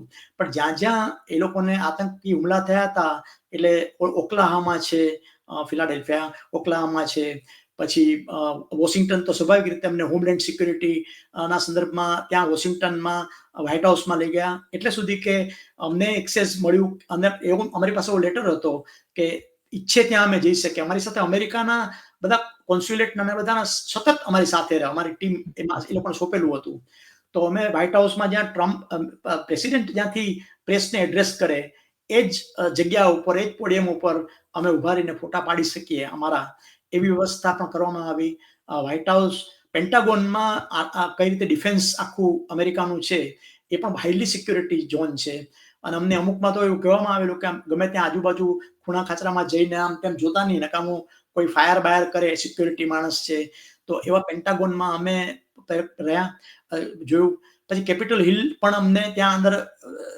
બતાવ્યું આખું અને ત્યાં પણ અમને ઇન્ડિયન કોકસ જે હોય એની સાથે અમારો વાર્તાલાપ થયો પરિચિત થયો તો ફિલાડેલ્ફિયા છે સેન્ટ લુઈસ છે ન્યુયોર્ક છે આઈ મીન જુદા જુદા અમેરિકાના બધા જે સ્થળો છે ત્યાં અમને સરકારના અમે આદરપૂર્વકના એક ગેસ્ટ હોઈએ એ રીતે અમને બધું જ બતાવવામાં આવ્યું આ એક ગુજરાત પણ દુર્ઘટનાઓની જે વાત કરતા હતા આપણે હમણાં જ બહુ તાજેતરમાં એક ભારતીય સ્ત્રી મોટે ભાગે તો એ ગુજરાતી જ છે એ સ્ત્રીએ એક સ્ટોરમાં જઈ અને હા, મોટી ચોરી કરી. અમે વિડીયો જોયો કદાચ.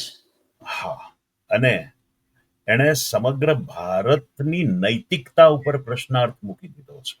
Right, right, right. આમ પણ એવું ના, એ વાત સાચી છે તમારી કે અ, સાથે સાથે કેટલાક જે પણ એમાં કોઈ એવું નથી. તો એ જ ભારતમાં જે વ્યક્તિ જે રીતે વર્તન કરતી હોય નીતિમત્તાની રીતે, ગુનાની રીતે, એ જ વ્યક્તિ અમેરિકામાં વસે છે. એટલે મૂળ એની જે માનસિકતા છે એ અહીંયા લઈને આવી છે અને એ એ પ્રમાણે વાત કરે સાચી. છે. પણ વાત શું છે કે આપણે અ, અ, અમેરિકાના સંદર્ભમાં વાત કરીએ તો આમ પણ અમેરિકા કે બીજા વિદેશોમાં થોડીક શંકાની નજરે, સંશયની નજરે જોવાતા જ હોય છે ભારતીયો કે પાકિસ્તાનીઓ કે એશિયન્સ. અને એમાંય આવી જ્યારે ઘટના બનીને એનો બહુ મોટો પ્રચાર થયો છે. Right, right. બહુ સાચી વાત. ત્યારે ત્યારે એક આખા દેશની નૈતિકતા ઉપર પ્રશ્નાર્થ ઉભો ના, થાય ના, છે. વાત સાચી છે. એટલે આવી છૂટક-મૂટક ઘટનાઓ બનતી હોય, પણ ના, એનાથી આપણે વિચલિત થવાની જરૂર ના હોય. પણ આ તો એક તમે પત્રકાર છો, બહુ જ સિનિયર પત્રકાર છો અને તમારી બહુ જ આ બાબતો ઉપર નજર હોય એટલે ખાલી એક તમારા વ્યૂ પોઈન્ટ માટે આ ઘટનાનો મેં ઉલ્લેખ કર્યો, નહીં તો એની કઈ જરૂર પણ નહોતી. પણ ના, તેમ ના, છતાં ચોક્કસ. હું આ બાબતમાં સરસ વાત કરી તમે અને બીજી કેટલીક બાબતમાં જે કેટલીક ઘટનાઓ બની છે, એને સાથે લઈને પણ આપણે એકાદ વખત આર્ટિકલ લખી શકાય સરસ રીતે, હા, જાગ્રત. ચોક્કસ લખી શકાય. કારણ કે આમાં શું થાય છે કે આ આ આ મારી કે ભવેન કચ્છીની કે મનન રાવલની કે બીજા કોઈની એકલ-દોકલ વાત નથી. આ સમગ્ર ભારતીયોની નૈતિકતાની પ્રશ્ન આવીને ઊભો રહ્યો ચોક્કસ છે. વાત, સાચી વાત છે. એટલે એ બાબતે અ, થોડીક વાત કરવાનું મને મન થયું. હવે તમને હું બીજો એક પ્રશ્ન. વિજયભાઈ, તમે બીજો ક્વેશ્ચન પૂછતા એટલે હું નાનકડો એક પ્રવાસનો એક ટૂંકમાં ઉલ્લેખ કરી દઉં કે રોટરી ઇન્ટરનેશનલ સ્ટડી એક્સચેન્જના ભાગરૂપે 3 રાજ્યોના જે 4 મેમ્બર પસંદ થયા અને અમે બ્રિટનમાં ગયા. અમે બ્રિટિશ ફેમિલીમાં અઠવાડિયું 4 જુદા-જુદા ફેમિલી સાથે રહ્યા. એટલે મારી સાથેના જે મેમ્બર હોય એક બીજા ફેમિલી સાથે રહે, મારી જોડે નહીં. હું એકલો જ એક ફેમિલી સાથે રહું અને હા, ત્યાં અમારે બધી જ આપણી કલ્ચરની, સોશિયલ સિસ્ટમ, ઇકોનોમી, આપણા રીત-રિવાજ અને આલ્બમ અમે લઈ ગયા હોઈએ. એ લોકો એનું પોતાનું કલ્ચર બતાવે, એ લોકોની દુનિયામાં રોજેરોજ પ્રવાસ કરાવે. એક દિવસ ખેતરમાં લઈ જાય, એક દિવસ જેલમાં લઈ જાય, એક દિવસ પોલીસમાં લઈ જાય, એક દિવસ લાઇબ્રેરી, કોર્ટ, આમ સળંગ અમે ફરતા રહ્યા અને જુદા-જુદા 4 બ્રિટિશ ફેમિલી સાથે હું 4 અઠવાડિયા રહ્યો. એ મારા માટે ખૂબ મહત્વની વાત હતી અને ડોક્ટર શશાંક રાઠોડ કે જે ડિસ્ટ્રિક્ટ ગવર્નર હતા, એમણે મને આ માટે પ્રોત્સાહિત કર્યો હતો. અચ્છા. ભવનભાઈ, મારે પ્રશ્ન હવે એ પૂછવો છે કે તમારી આટલી જે દીર્ઘકાલીન યાત્રા છે, પત્રકાર તરીકેનો અનુભવ છે અને 90ના દાયકાથી આશરે તમે તમારું પત્રકારત્વ શરૂ કર્યું. તો 90ના દાયકાનું પત્રકારત્વ અને આજનું પત્રકારત્વ, તમે તમે પ્રિન્ટ મીડિયા સાથે પણ સંકળાયેલા છો, દ્રશ્ય શ્રાવ્ય માધ્યમો સાથે પણ તમારો અ, એટલો જ બહોળો અનુભવ છે. તમારે બંને વસ્તુઓ સાંભળવી છે તમારી પાસેથી કે એક એ દશકાનું એ ટાઈમનું પત્રકારત્વ અને અત્યારનું પત્રકારત્વ, એમાં શું ભેદ છે અથવા તો શું ચેન્જ આવ્યો છે. અને બીજું કે ઓડિયો વિઝ્યુઅલમાં એમાં પણ જે હું મારી વાત કરું તો અમે જે સમયમાં શરૂ કર્યું હતું એ તો બહુ જ પ્રાથમિક તબક્કો હતો. 79 થી જ્યારે મેં શરૂ કર્યું ત્યારે. પણ પછી ધીમે ધીમે ધીમે ધીમે ધીમે એમાં સુધારા પણ થતા તે ગયા અને અત્યારે કઈ દશાએ આવીને ઊભું છે એ બાબતની મને વાત કરો. હા, એટલે આ બહુ સરસ તમારો વિજયભાઈ પ્રશ્ન છે કે પત્રકારત્વના સ્વાભાવિક રીતે મેં આમ ટોટલ ગણો તો 35 વર્ષનો સમયગાળો પસાર કર્યો. પણ મને એવું લાગે છે કે પહેલાનું પત્રકારત્વ હતું એ વધુ પડકારજનક હતું. કેમ કે એક દાખલા તરીકે લોજિસ્ટિક વાત કરીએ તો પહેલા અત્યારના જેમ તરત પ્લેનમાં ઉપડીને કોઈ રિપોર્ટિંગમાં જવાય કે તરત પોતાની જ કાર લઈને કે ઉબર જેવી કાર રેન્ટ કરીને જવું, એવું બધું કાંઈ હતું નહીં. એટલે યાતાયાત અથવા તો લોજિસ્ટિકનો જે પ્રશ્ન હતો એ વચ્ચે પત્રકારોએ ઘટના સ્થળે અગવડ સગવડ વેઠીને કોઈવાર ટ્રકની અંદર બેસીને, કોઈવાર કોઈ માલગાડી માલ માટેનો સામાન કાર્ગો જેવી જતી હોય એવી ટ્રકમાં બેસીને, એવા વાહનમાં બેસીને ઘણી વખત મને યાદ છે કે છાપા છપાય પછી રાતના 12-1 વાગે જે ગામડાઓમાં ને એમાં ટ્રક જતી હોય, મેટાડોર જતી હોય, એની અંદર બેસીને પણ જે તે રિપોર્ટિંગના સ્થળની નજીક પહોંચવું પડે. આ પ્રકારનું એક લખાતું. બીજું પત્રકારત્વ શરૂઆતના વર્ષો સુધી ની પ્રભાવ કદાચ અમારી શરૂઆત સુધી પણ રહી કે પત્રકાર માત્ર કારકિર્દી પેલી લુક્રેટિવ કારકિર્દી તરીકે નહીં, એમ કે ચલો આમાં તો એમ કે છવાય મોટું ઘર થઈ જશે કે મોટું કંઈક આવી જશે, ભૌતિક રીતે મોટું કંઈક કરશું. પણ એવા બધા લોકો હતા, સાક્ષર લોકો હતા કે જે લોકોએ કદાચ પત્રકારની જગ્યાએ બીજા કોઈ ક્ષેત્રની અંદર આગળ વધ્યા હોત તો બહુ મોટી કમાણી કરી હોત, બહુ મોટું કાઠું કાઢ્યું હોત. પણ તેઓ મોટે ભાગે એક એમ કે પત્રકારને મિશન તરીકે જોતા, પત્રકારને અંદરના પેશન તરીકે જોતા. અત્યારની જેમ ફેશન કે સ્ટેટસ કે કાર્ડ એમ કે પત્રકાર એક ગ્લેમર થઈ ગયું છે એવું નહોતું. અને ઓછામાં ઓછા સાદગી સાથે જે લોકો રહેતા હોય કે જે લોકો ઉપર થોડો અમે કારકિર્દીની શરૂઆતમાં જે લોકો થોડા પોતાના એન્ડ સ્ટેજમાં હોય એવા ગાંધીના પ્રભાવ, મહાત્મા ગાંધીજીના પ્રભાવ હેઠળના કે આઝાદીની પછીના જે પ્રભાવના છે એ બધા પત્રકારો પણ હતા. એ લોકોની ભાષા, એ લોકોનું વાંચન, એ લોકોનું ઊંડાણ, એ લોકોનો સંઘર્ષ, એ લોકોની કોપી સાથેની માવજત, મઠારવાની માવજત, બધું બહુ સરસ આખું સાચા અર્થમાં એક બહુ મેટિક્યુલસ હતું એ વખતે, બહુ મેટિક્યુલસ હતું એ વખતના તંત્રીઓ, સંપાદકો. જ્યારે તમે કોપી લઈને જાઓ ત્યારે એ કોપીને 10 વાર સુધારાવે અને હા શબ્દો બદલાવે, આ નહીં આ શબ્દ વાપરો, આ હેડલાઇન કરો. બહુ સાચી વાત. ત્યારે હું ચલો લ્યુક્રેટિવ કેરિયરની બાબત કરતા પણ બરાબર ભાષાની, કારણ કે હું તો ભાષા જ છે એટલે એમાં પણ ઘણો તફાવત આવી ગયો. માત્ર પત્રકારની જે માલિકો હતા, દાખલા તરીકે અમૃતલાલ શેઠ હોય કે શાંતિલાલ દાદા હોય, એ લોકો આટલા મોટા શ્રેષ્ઠી હતા, એ લોકો પણ મિલ ખોલી શક્યા હોત, એ લોકો પણ કંઈક એ વખતનો ધંધો કરી શક્યા હોત, કારખાના કરી શક્યા હોત. પણ એ લોકોને પણ અંદરથી એવી ભાવના કે નિષ્ઠા કે આપણે અખબાર ચાલુ કરીએ અને અખબાર આ રીતે એ સંસ્કારના ભાગરૂપે આગળ ચાલ્યા. અત્યારનું પત્રકારત્વ છે એને હું નેગેટિવ નથી કહેતો, પણ એ વખતે ગૂગલ સર્ચ નહોતું અને બધા રેફરન્સ સાથે આર્ટિકલ લખવા પડે, ઘટના સ્થળે જવું પડે, લાઇબ્રેરીમાં સંશોધન કરવું પડે. અત્યારે હું લાઇબ્રેરીમાં જવાની તસ્દી નથી લેતો અને બધું જ ગૂગલમાં આવે છે, મળી જાય છે, રેડી બર્નર છે બધાના. એટલે તમે બીજું નેટવર્કિંગ ખૂબ થઈ ગયું પત્રકારોનું, કારણ કે ત્યારે ફોન બધા લેન્ડલાઇન, પછી ધીમે ધીમે મોબાઈલ ને બધા આવ્યા. એટલે અત્યારે તો હું ફોન ઉપર અથવા ડિજિટલ માધ્યમથી આખા રવીશ કુમારથી માંડી રાજદીપ સુધીના બધાને હું ફોન કરીને, એ લોકો મને ફોન કરે, હું એને ફોન કરું. Networking of the journalist international national થઈ ગયું. એ સોર્સિસ જે છે એ પેલા નહોતા અને મેળવવાના રહેતા હતા. એક આખો પડકાર પણ લખશે. હવે આપણે ઓડિયો વિઝ્યુઅલની વાત કરીએ. રાઈટ. તમે બંનેની સાથે સંકળાયેલા છો. રાઈટ. શું લાગે છે તમને અત્યારનું જે પ્રેઝન્ટેશન છે ન્યૂઝનું કે કાર્યક્રમોનું અને એ વખતનું, એ બે વચ્ચે તમને શું લાગે છે?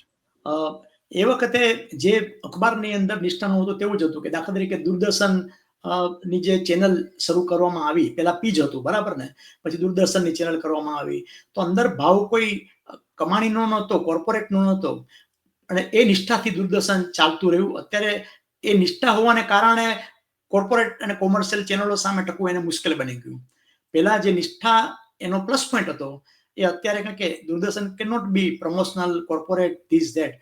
તો એટલે જે સરકારી માધ્યમો છે, દૂરદર્શન જેવા માધ્યમો છે, એને ચેનલ્સને બધાનો પડકાર એ રીતે પડ્યો કે એ લોકો પ્યોર એન્ટરટેનમેન્ટ અને બિઝનેસ પોઈન્ટ ઓફ વ્યૂ કાર્યક્રમો આપતા થયા, જે દૂરદર્શન નથી કરી શકતું. એટલે એક આ વસ્તુ છે. મારી વાત કરું તો દૂરદર્શનની અંદર આપણી વાત નામનો એક કાર્યક્રમ 2 વર્ષ સુધી લાઈવ મેં અને નીના શાહ એ ચલાવ્યો અને એમાં દર અઠવાડિયે જુદા જુદા કરંટ ટોપિક્સ હોય, એના નિષ્ણાતો હોય અને એની સાથે અમે ચર્ચા કરી. આપણી વાત એ કાર્યક્રમ 2 વર્ષ ચાલ્યો. પછી ઘટના ચક્ર 2 વર્ષ સુધી અમદાવાદની અંદર જે ઘટનાઓ કોર્પોરેશનની બને એનું કોર્પોરેશનના જુદા જુદા અધિકારીઓ અને સાથે ઇન્ટરવ્યુ આધારિત કાર્યક્રમ થયો. અને સૌથી વધારે વિજયભાઈ એ રહ્યું કે ઇલેક્શનમાં જ્યારે સૌથી પહેલા સ્ટુડિયોમાં બેસીને લાઈવ પ્લાઝમા ટીવી સાથે રહીને ટેલિકાસ્ટ કરવાનો હોય, ચૂંટણીના પરિણામો સવારના 8 વાગ્યાથી શરૂઆત થાય સાંજના 5 વાગ્યા સુધી, એ 9 9 કલાક નોનસ્ટોપ સ્ટુડિયોમાં બેસીને મેં ને મારા સાથી હોય એમણે બેસીને વચ્ચે વચ્ચે પ્લાઝમાથી અમે સમગ્ર રાજ્યના નેતાઓ, વિરોધ પક્ષના નેતાઓ, વિજેતા પરાજિત એ બધા સાથે ઇન્ટરવ્યુ કરતા કરતા, રિઝલ્ટ આપતા આપતા, વચ્ચે વિશેષ મહાનુભાવો પણ આવે ઇન્ટરવ્યુની અંદર, એમ કરીને 9 કલાક નોનસ્ટોપ, ખાલી વચ્ચે ન્યૂઝ ફ્લેશ આવે 3 મિનિટની, એટલો સમય ઊભા થવાની મળે એ રીતે અમે ઇલેક્શનનું સૌથી પહેલા પ્લાઝમા ટીવીનું કવરેજ થયું ત્યારે એમાં હું નિમિત્ત બન્યો. તો દિલ્હી દૂરદર્શનમાંથી પણ પ્રોડ્યુસરને કોમ્પ્લિમેન્ટ્સ આપવામાં આવેલા અમને બધાને. તો આવા બધા કાર્યક્રમો છે, ઇન્ટરવ્યુ છે, અને કદાચ ઇન્ટરવ્યુનું એક છેલ્લું પણ આપણે ઉમેરી દઈએ કે મેં સચિન તેંડુલકર છે, અમિતાભ બચ્ચન છે, આશા ભોસલે છે, કલામ સાહેબ છે, પંડિત રવિશંકર છે, એવી જુદી જુદી ક્ષેત્રની 70 હસ્તીઓના ઇન્ટરવ્યુ લીધા છે. પણ મને અબ્દુલ કલામ સૌથી વધારે સ્પર્શ્યા અને અમિતાભ બચ્ચન, આ બે મને પોતાની રીતે ખૂબ જ પ્રેરણાદાયી લાગ્યા કે જે રીતે અમિતાભ બચ્ચનને આપણે કોણ બનેગા કરોડપતિમાં અને બીજી રીતે પણ ખૂબ જ સજ્જન, બીજા સામી વ્યક્તિને ઇજ્જત આપે, નમ્રતા આપે, સેન્સ ઓફ હ્યુમર હોય, આ બધા સાથે ના પરિચય પણ ઇન્ટરવ્યુની અંદર પણ મેં ખૂબ મને રોમાંચક કર્યું ને જે અખબારમાં ભવનભાઈ, હા ભવનભાઈ, બસ આપણે એનું સમાપન કરીએ છીએ વાતચીતનું. પણ તમારી આ આખી કારકિર્દી છે અને એમાં તમે બહુ વિશાળ કામો, એટલે આખો કેનવાસ તમારો એટલો બધો વિસ્તૃત છે, એની અંદર ઘણું બધું કામ તમે કર્યું છે. આ બધાના નિચોડમાં એક જ શબ્દમાં તમારી આ યાત્રાને વર્ણવી હોય તો તમે શું કહો?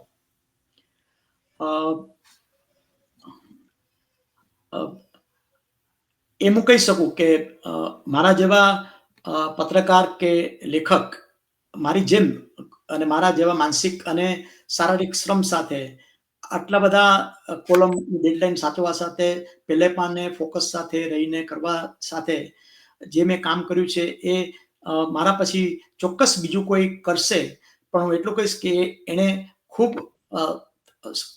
શારીરિક શ્રમ કે ટાઈમલેસ બોડીને એડલેસ માઇન્ડ સાથે જો એ કામ કરશે તો જે થઈ શકશે. એટલું મેં પ્રદાન આપવાનો પ્રયત્ન કર્યો છે અને હજી ઘણું બધું અંદર પડ્યું છે અને હજી હું આપતો રહીશ, બહાર લાવતો રહીશ.